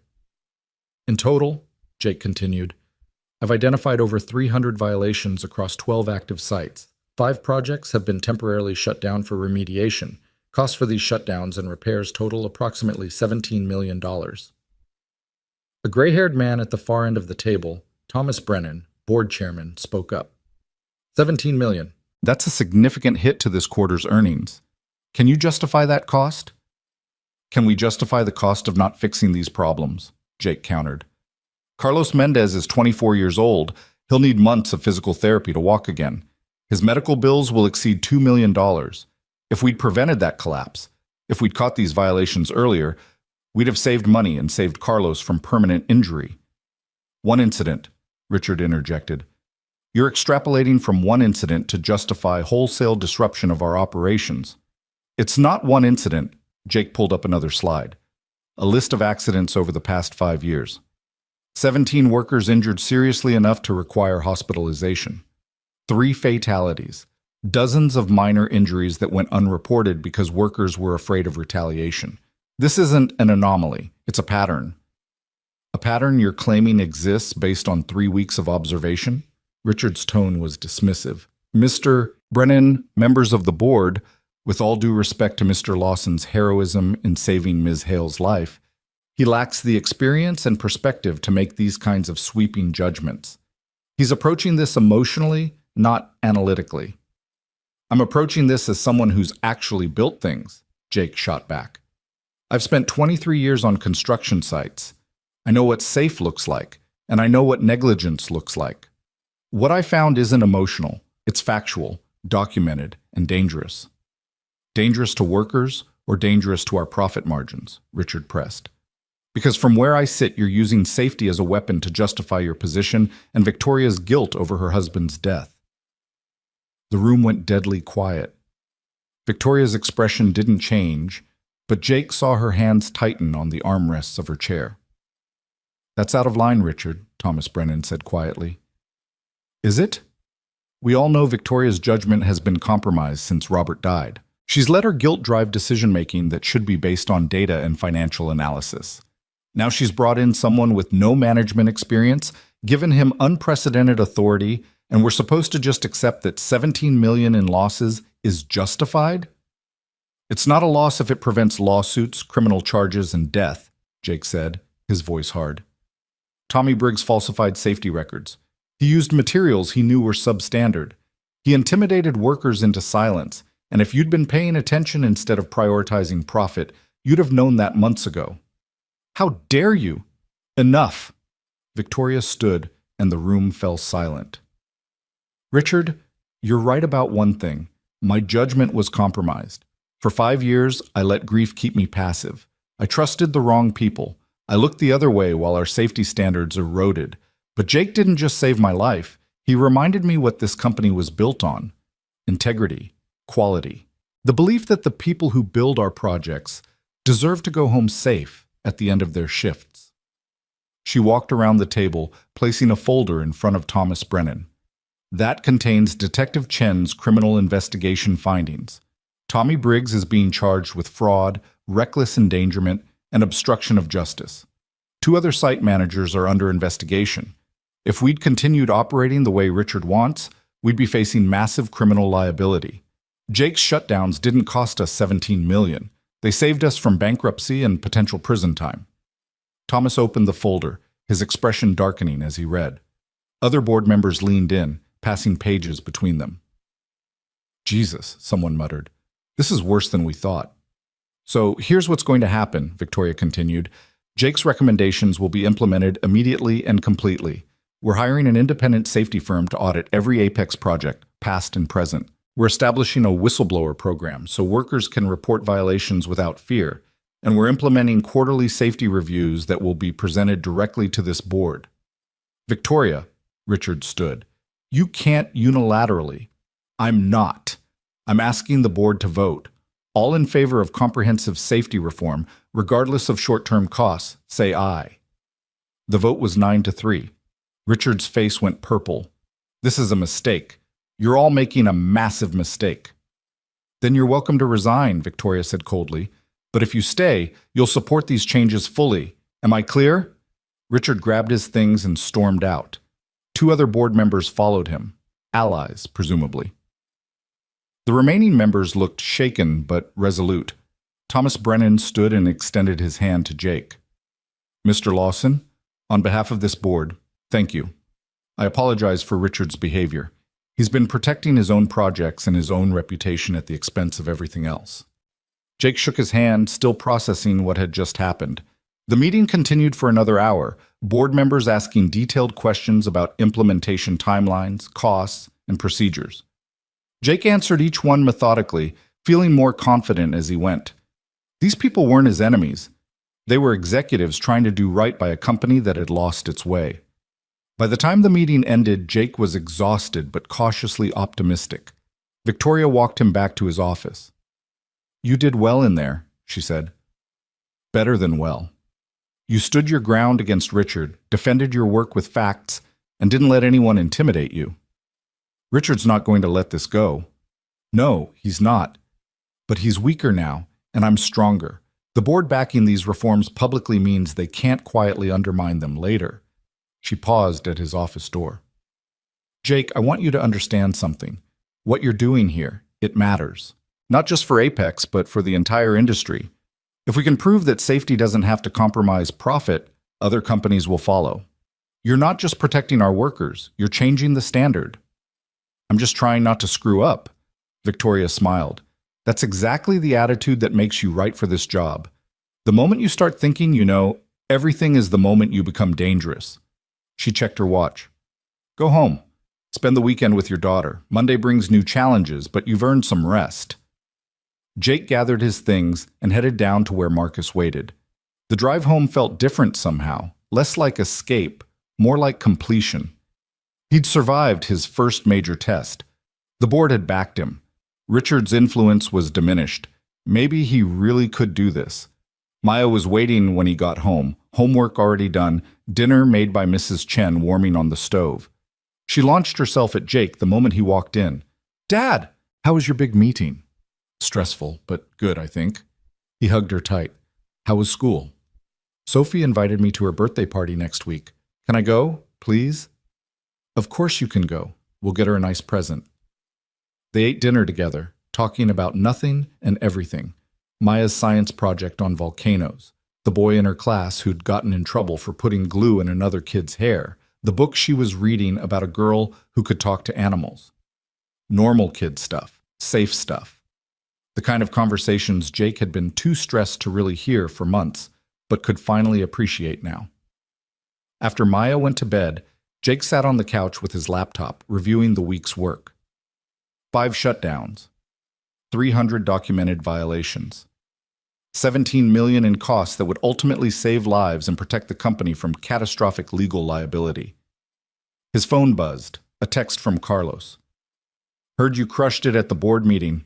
Proud of you, man. Keep fighting. Us up." Jake smiled and texted back. "Couldn't have done it without your statement. You gave me ammunition." "We gave each other ammunition. That's how this works." Jake set down his phone and stared at the ceiling, thinking about the strange journey that had brought him here. 3 weeks ago, he'd been fired and desperate. Now he was director of field safety for a major construction company with the power to actually change things. It still didn't feel real. But maybe that was okay. Maybe feeling like an imposter kept him humble, kept him focused on doing the work instead of enjoying the title. His phone rang. Victoria. "Sorry to call so late," she said, "but I wanted you to hear this from me first. The board just voted to give you a discretionary budget of $500,000 for safety improvements across all sites. You have full authority to deploy it however you see fit." Jake sat up straight. $500,000. Use it wisely. Hire consultants if you need them. Upgrade equipment. Whatever it takes to bring our safety standards above industry baseline. The board wants quarterly reports, but otherwise, the decisions are yours. After they hung up, Jake sat in the darkness of his living room, holding his phone, trying to process the responsibility he'd just been given. $500,000. The power to reshape an entire company's safety culture. The trust of people who barely knew him. It was terrifying and exhilarating in equal measure. Jake opened his laptop and started making notes, a wish list of improvements he'd been documenting for weeks. Better equipment, comprehensive training programs, third-party audits, a whistleblower hotline that actually worked, programs to support injured workers and their families. He worked until after midnight, building plans that felt both ambitious and essential. Outside, the city slept and woke and lived its million individual lives, unaware that in apartment 3C, a former iron worker was trying to figure out how to save an industry one decision at a time. When Jake finally closed his laptop and headed to bed, his last thought was of Sarah. He wondered what she'd think of all this. Her blue-collar husband in a corporate office, making decisions that affected hundreds of lives, becoming someone neither of them had ever imagined. He hoped she'd be proud. He hoped he was doing right by Maya, by Carlos, by every worker who trusted that someone was looking out for them. Most of all, he hoped he wouldn't screw it up, because now people were counting on him. And Jake Lawson had never been very good at letting people down. The weekend came and went too quickly, filled with Maya's laughter and a normalcy that still felt fragile, like something that could shatter if Jake stopped paying attention. But Monday arrived as Mondays do, dragging him back into the corporate world where he was still learning to navigate waters that ran deeper and darker than he'd initially understood. The text came at 7 in the morning, before Jake had even finished his coffee. It was from Jennifer. "Don't come to the office. Meet Victoria at the Morrison Tower site. Something's happened." Jake's stomach dropped. He called immediately, but Jennifer didn't answer. He tried Victoria, same result. Whatever had happened, it was bad enough that no one wanted to explain it over the phone. He dropped Maya at school early, promising Mrs. Chen he'd be back before pickup time, then drove to Morrison Tower with his heart hammering against his ribs. The site looked different from a distance, more vehicles than usual, including 2 police cars and what looked like a news van. Jake parked and approached the gate, where a security guard he didn't recognize stopped him. "Site's closed. No entry. I'm Jake Lawson, Director of Field Safety. Victoria Hale asked me to meet her here. The guard checked his clipboard, nodded, and waved him through. She's up on 48 with the police. Jake's chest tightened. 48, the same floor where the scaffolding had collapsed, where Carlos had been injured. He took the construction elevator up, each floor adding weight to the dread pooling in his gut. Victoria stood near the edge of the building, talking with Detective Chen and Patricia Rodriguez, the site manager. Her expression was carved from stone, and when she saw Jake, something in her eyes made him think of battlefields. What happened? Jake asked as he approached. Detective Chen answered. Sabotage. Someone cut through support cables on the crane overnight. If Patricia's crew had started work this morning without checking, the whole thing would have come down. Could have killed a dozen people. The words hit Jake like a physical blow. Sabotage? Who would... We're investigating, Chen said. But given the pattern of problems at this site and your recent board presentation highlighting these issues, we're treating this as potentially connected to your safety reforms. Victoria's voice was ice. Someone's sending a message. They don't like what we're doing, and they're willing to kill to stop it. Jake looked at the crane, a massive piece of machinery that loomed over the site like a sleeping giant. The thought of it collapsing, of workers trapped beneath tons of steel, made his blood run cold. Do you have security footage? He asked. Cameras were disabled, Patricia said. Professionally, like someone knew exactly where they were and how to bypass them. This wasn't random vandalism, this was planned. Detective Chen pulled out his phone and showed Jake a photo of the cut cables. The damage was precise, calculated to fail under load rather than immediately. Whoever did this understood construction, understood equipment, understood exactly how to make death look like an accident. Richard Chen, Jake said suddenly. He's got the knowledge, the motive, and he left the board meeting threatening Victoria. We're aware of Mr. Chen, the detective said carefully. He's one of several people we're looking at. But I need you to be careful, Mr. Lawson.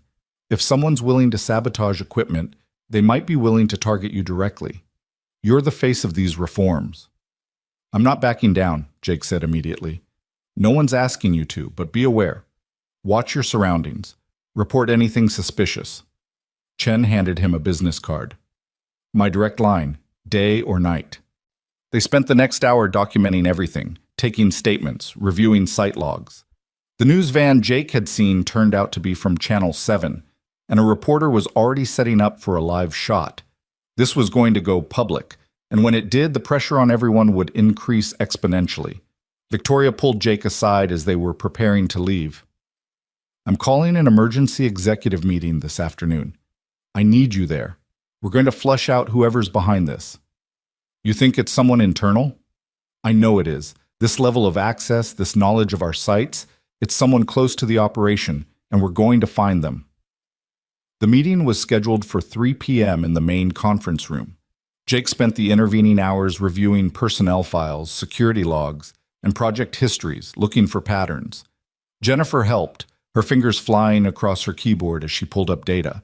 Richard's been texting with Bradley Ward a lot lately, she said, showing Jake her screen. Ward's the COO. He's been with Apex since the beginning. Him and Robert Hale built the company together. Victoria's never mentioned him.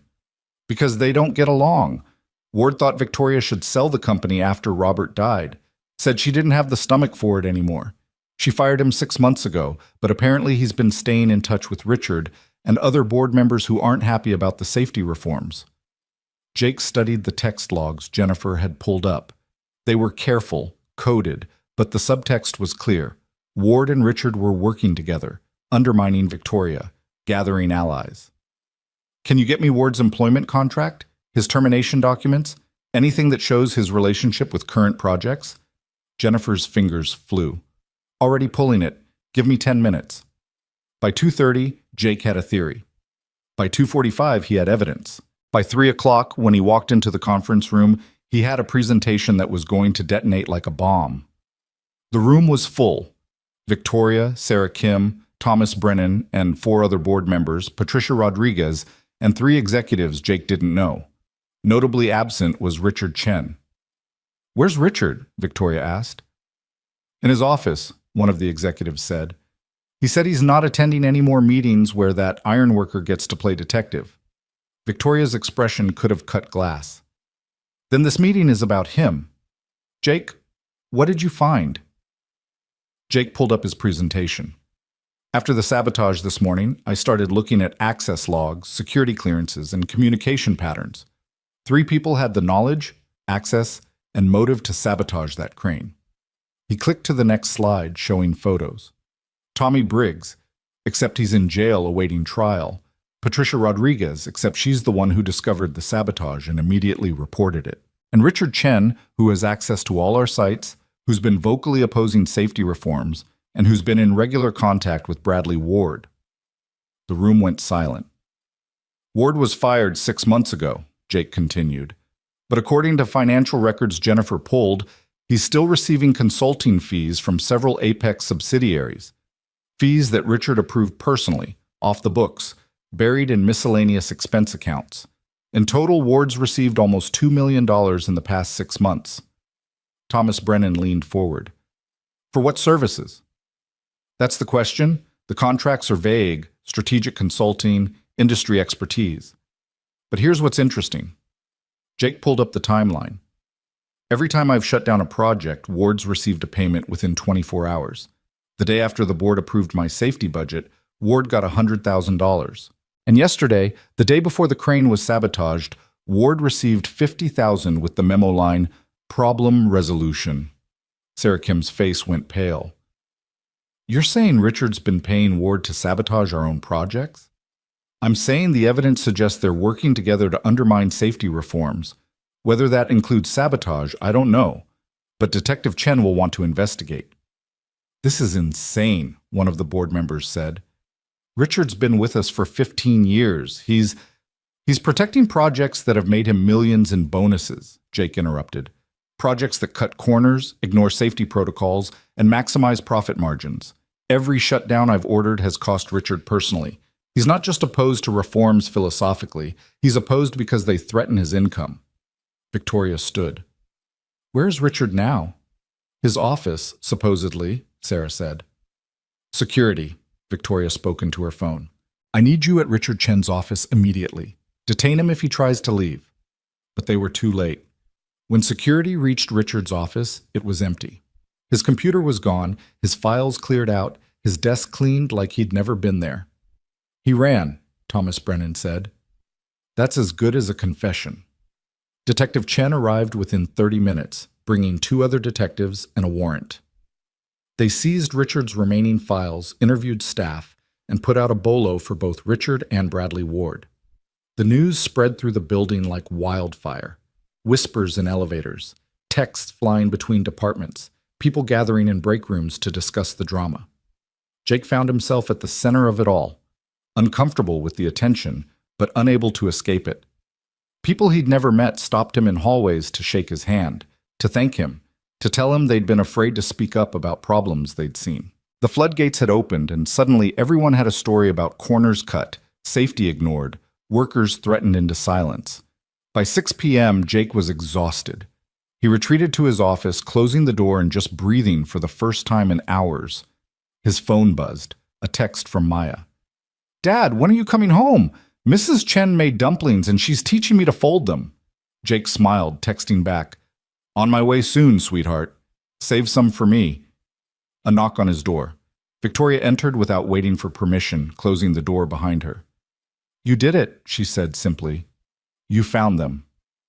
We don't know they're behind the sabotage yet. But we will. Chen's good at his job, and with the evidence you found, he's got probable cause for everything.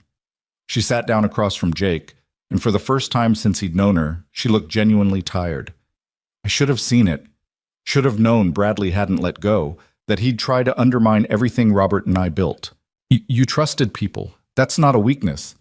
It is when it puts workers at risk. Victoria was quiet for a moment.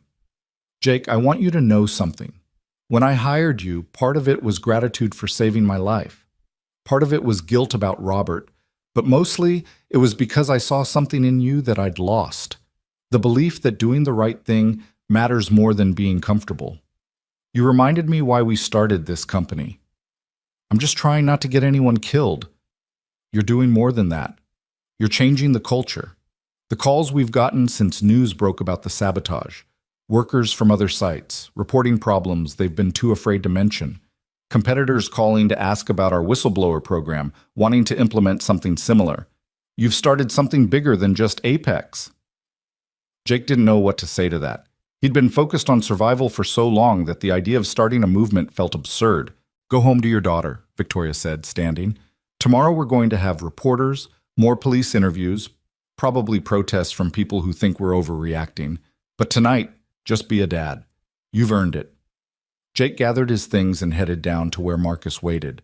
The drive home was quiet, Jake too drained for conversation.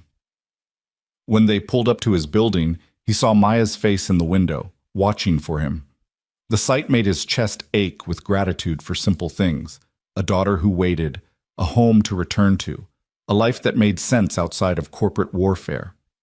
Maya met him at the door, flour on her cheeks, grinning. "Dad, look what I made!" She held up a dumpling, lumpy, misshapen, absolutely perfect. "It's beautiful," Jake said, scooping her into a hug. They ate dinner with Mrs. Chen, who'd made enough dumplings to feed a small army. The conversation was light, normal, blessedly free of sabotage and investigations and corporate politics. After Mrs. Chen left, Jake helped Maya with her homework, read her 3 chapters of her book about the girl who talked to animals, and tucked her into bed. "Dad?" Maya said as he was turning off the light. "Are you safe? At your job?" The question caught him off guard. "What makes you ask that?" "I heard Mrs. Chen watching the news. They said someone tried to hurt people at your building." Jake sat back down on the edge of her bed. "Someone did something dangerous, yes, but we caught them, and everyone's safe now." "But what if they try again? What if they hurt you?" Jake pulled her close. "I'm being careful, sweetheart. I promise. And there are lots of people making sure everyone stays safe. Police, security, your dad's boss. Nothing's going to happen to me. You promise?" "I promise." It was another lie, or at least a half-truth. He couldn't promise his safety any more than he could have promised Sarah wouldn't die. But children needed certainty, needed to believe their parents were invincible. So Jake made the promise and hoped he could keep it. The next morning brought chaos.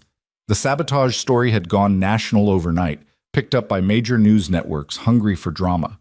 Jake's phone was flooded with interview requests, which Jennifer fielded with ruthless efficiency. The building was crawling with reporters, forcing security to lock down access. Detective Chen called at 9 a.m. with news. They'd located Bradley Ward in a hotel downtown. When police arrived to question him, they found evidence connecting him to the crane sabotage: blueprints of the Morrison Tower site, photos of the security camera system, communications with someone who matched Richard's description. Ward was arrested on the spot. Richard Chen was still missing, but Chen assured Jake it was only a matter of time. Men like him don't know how to disappear. They're too used to comfort, too connected to their normal lives. We'll find him. By Wednesday, they had. Richard had been hiding at his brother's house in Milwaukee, apparently convinced he could wait out the investigation. When police arrested him, they found texts on his phone that laid out the entire conspiracy: Ward's resentment of Victoria, Richard's anger about safety reforms costing him bonuses, their plan to sabotage projects to prove the reforms were causing more problems than they solved. "They wanted to make you look incompetent," Detective Chen explained during his visit to Apex headquarters. "Shut down a site for safety, then something catastrophic happens anyway, makes it look like your reforms don't work, gives the board reason to reverse course and fire you." "That's insane," Jake said. "That's desperation. These men spent their careers building empires on shortcuts and corner cutting. You threatened their entire worldview, not to mention their bank accounts. Desperate men do desperate things." The trial wouldn't happen for months, but the damage to Richard and Ward was immediate and total. Richard was fired from Apex and expelled from the board. Ward faced criminal charges that would likely put him in prison for years. And the construction industry, watching the story unfold, began having uncomfortable conversations about their own practices. Jake found himself in the strange position of being almost famous. Industry magazines wanted interviews. Safety organizations wanted him to speak at conferences. Other companies started implementing Apex-style whistleblower programs and safety audits. He'd become, improbably, a voice for change. "I don't want to be a spokesperson," Jake told Victoria one afternoon as they reviewed yet another speaking invitation. "I just want to do the job." The job includes leading by example. People listen when you talk because you've lived what they're living. You're not some consultant who learned about construction from textbooks. You built things, risked your life, lost your wife to the stress of this industry. That authenticity matters. Victoria paused. "But I understand if you'd rather stay out of the spotlight. You didn't ask for this." Jake thought about Sarah, about the promises he'd made at her grave, about Carlos in physical therapy, learning to walk again, about Maya, finally thriving now that the constant stress had lifted.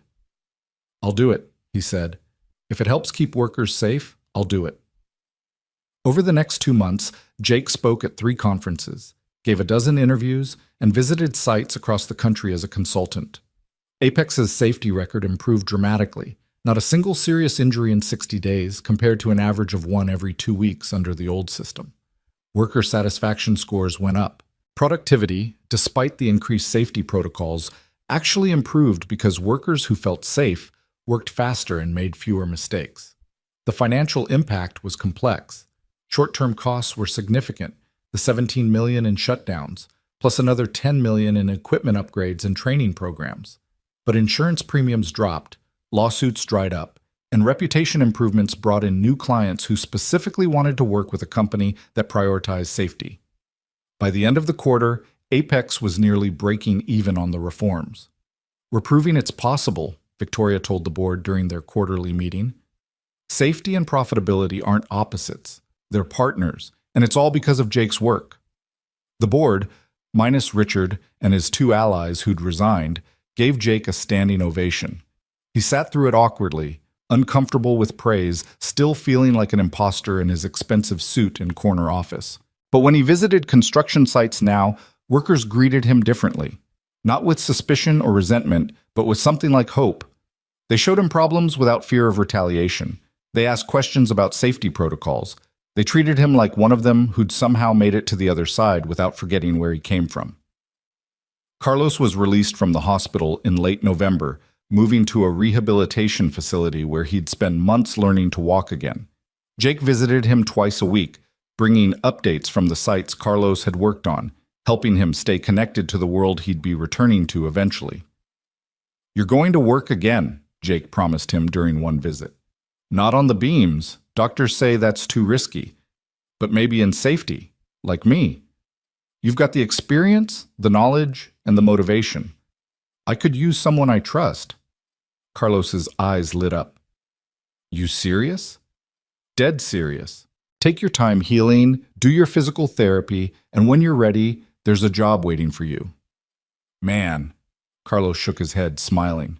"6 months ago, I was just another worker. Now I'm going to be management?" "You were never just another worker. You spoke up when it mattered. That's what we need, people who won't stay quiet when they see something wrong." Thanksgiving came, and Jake hosted a small celebration in his apartment. Now a nicer apartment in a better building, thanks to the housing allowance that came with his position.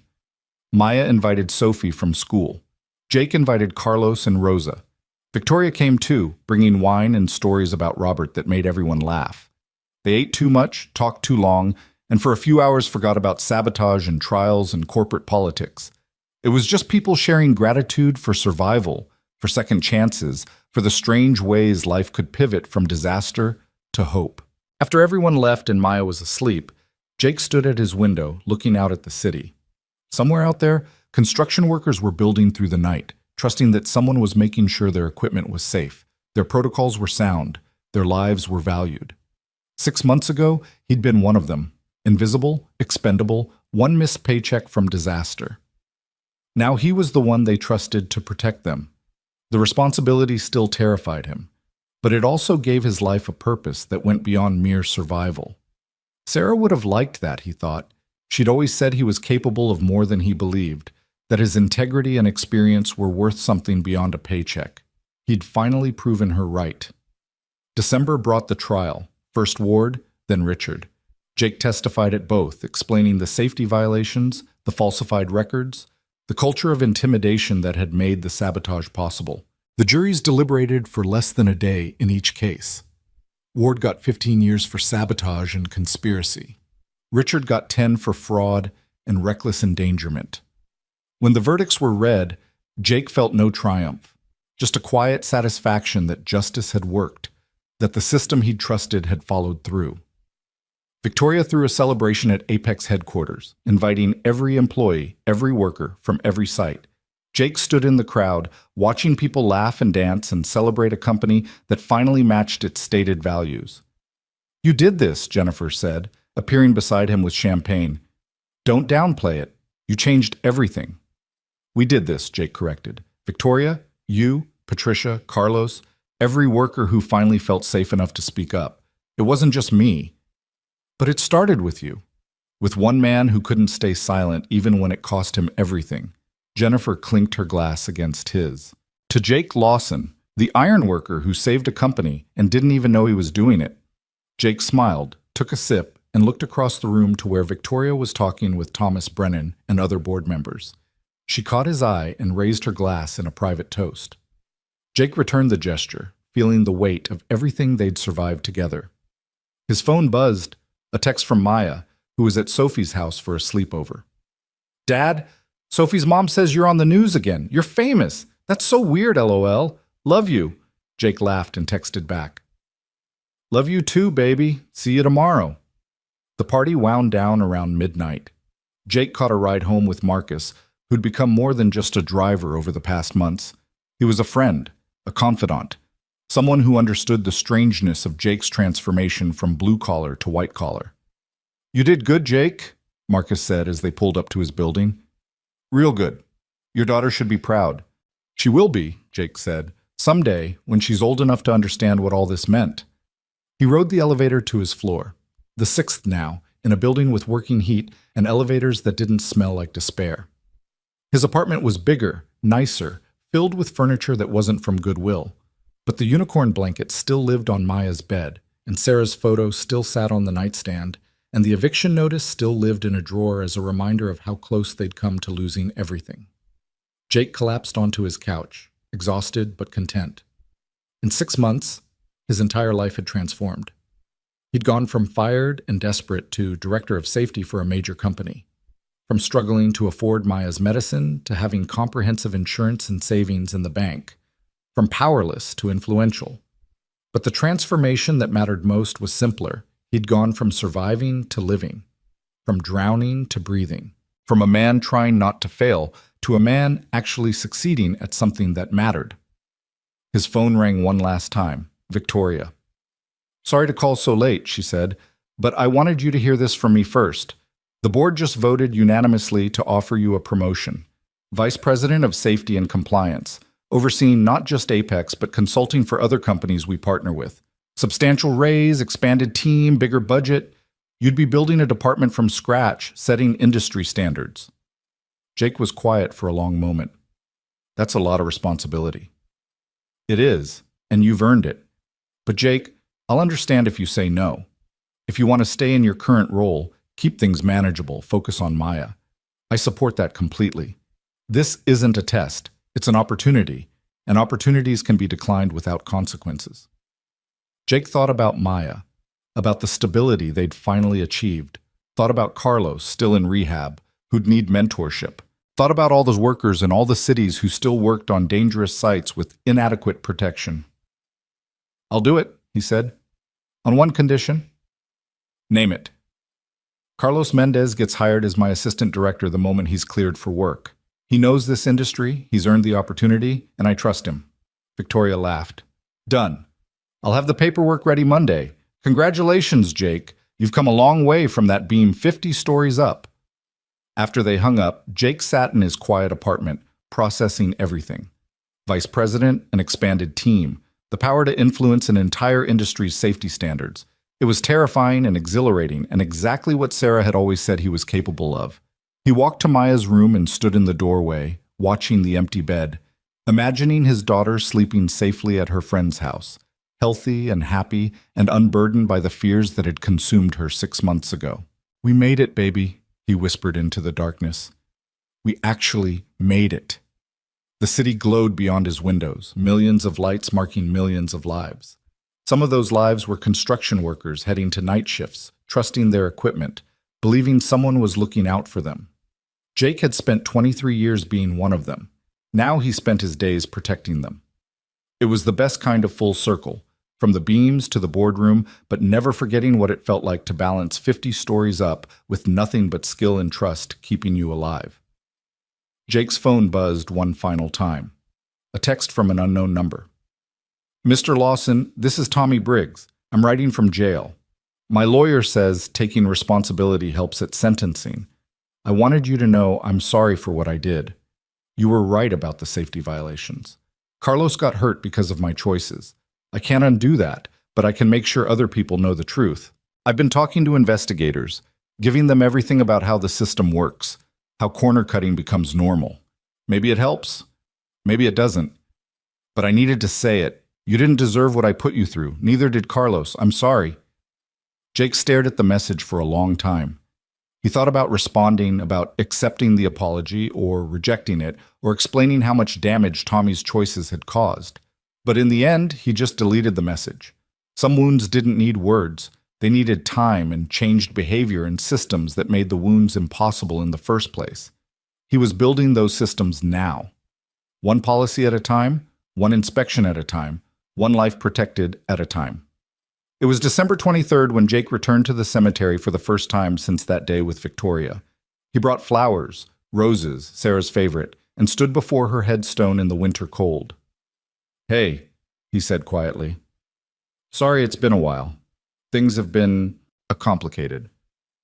Good complicated, mostly. But complicated." He told her everything about the job, the sabotage, the trial, the promotion, about Maya thriving, about Carlos healing, about the workers who were safer now because one desperate man had refused to stay silent. "I don't know if you can hear this," Jake said. "I don't know if that's how death works. But if you can, I kept my promise. I took care of Maya. I didn't give up. I became the man you always said I could be." The wind picked up, stirring the flowers around her grave. Jake pulled his coat tighter and just stood there, breathing, remembering, mourning what he'd lost while being grateful for what remained. "I miss you every day," he whispered. "But we're okay. Maya's okay. And I think maybe that's what love looks like after someone's gone. Carrying them forward, living the life they believed you could live, protecting the things they cared about."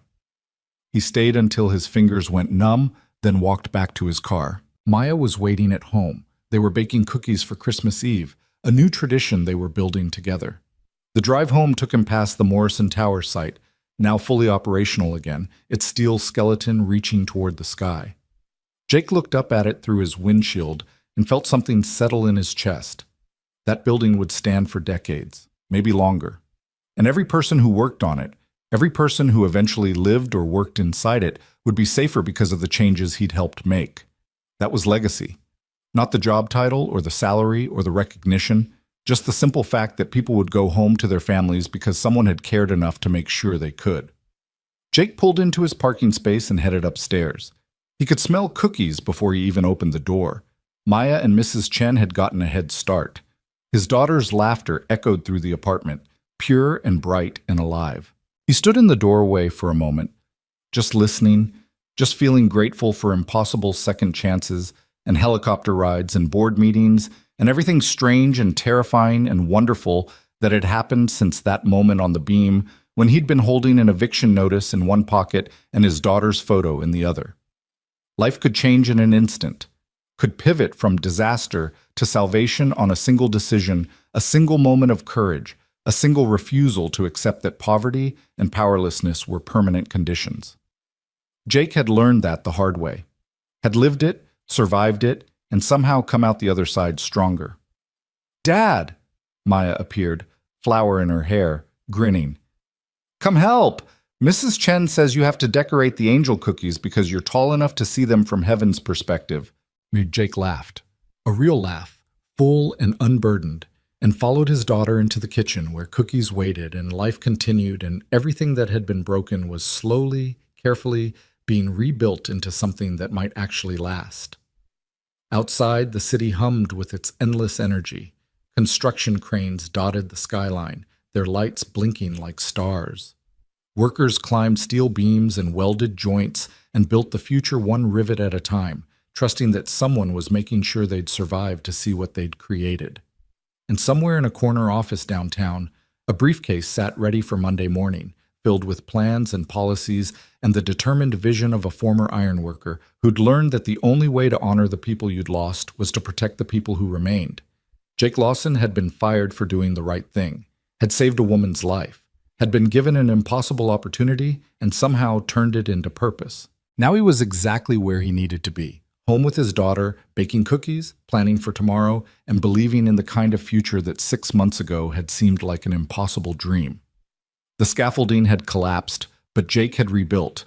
The job had been lost, but a better one had been found. The grief remained, but so did hope. And in the end, that was enough. It was more than enough. It was everything.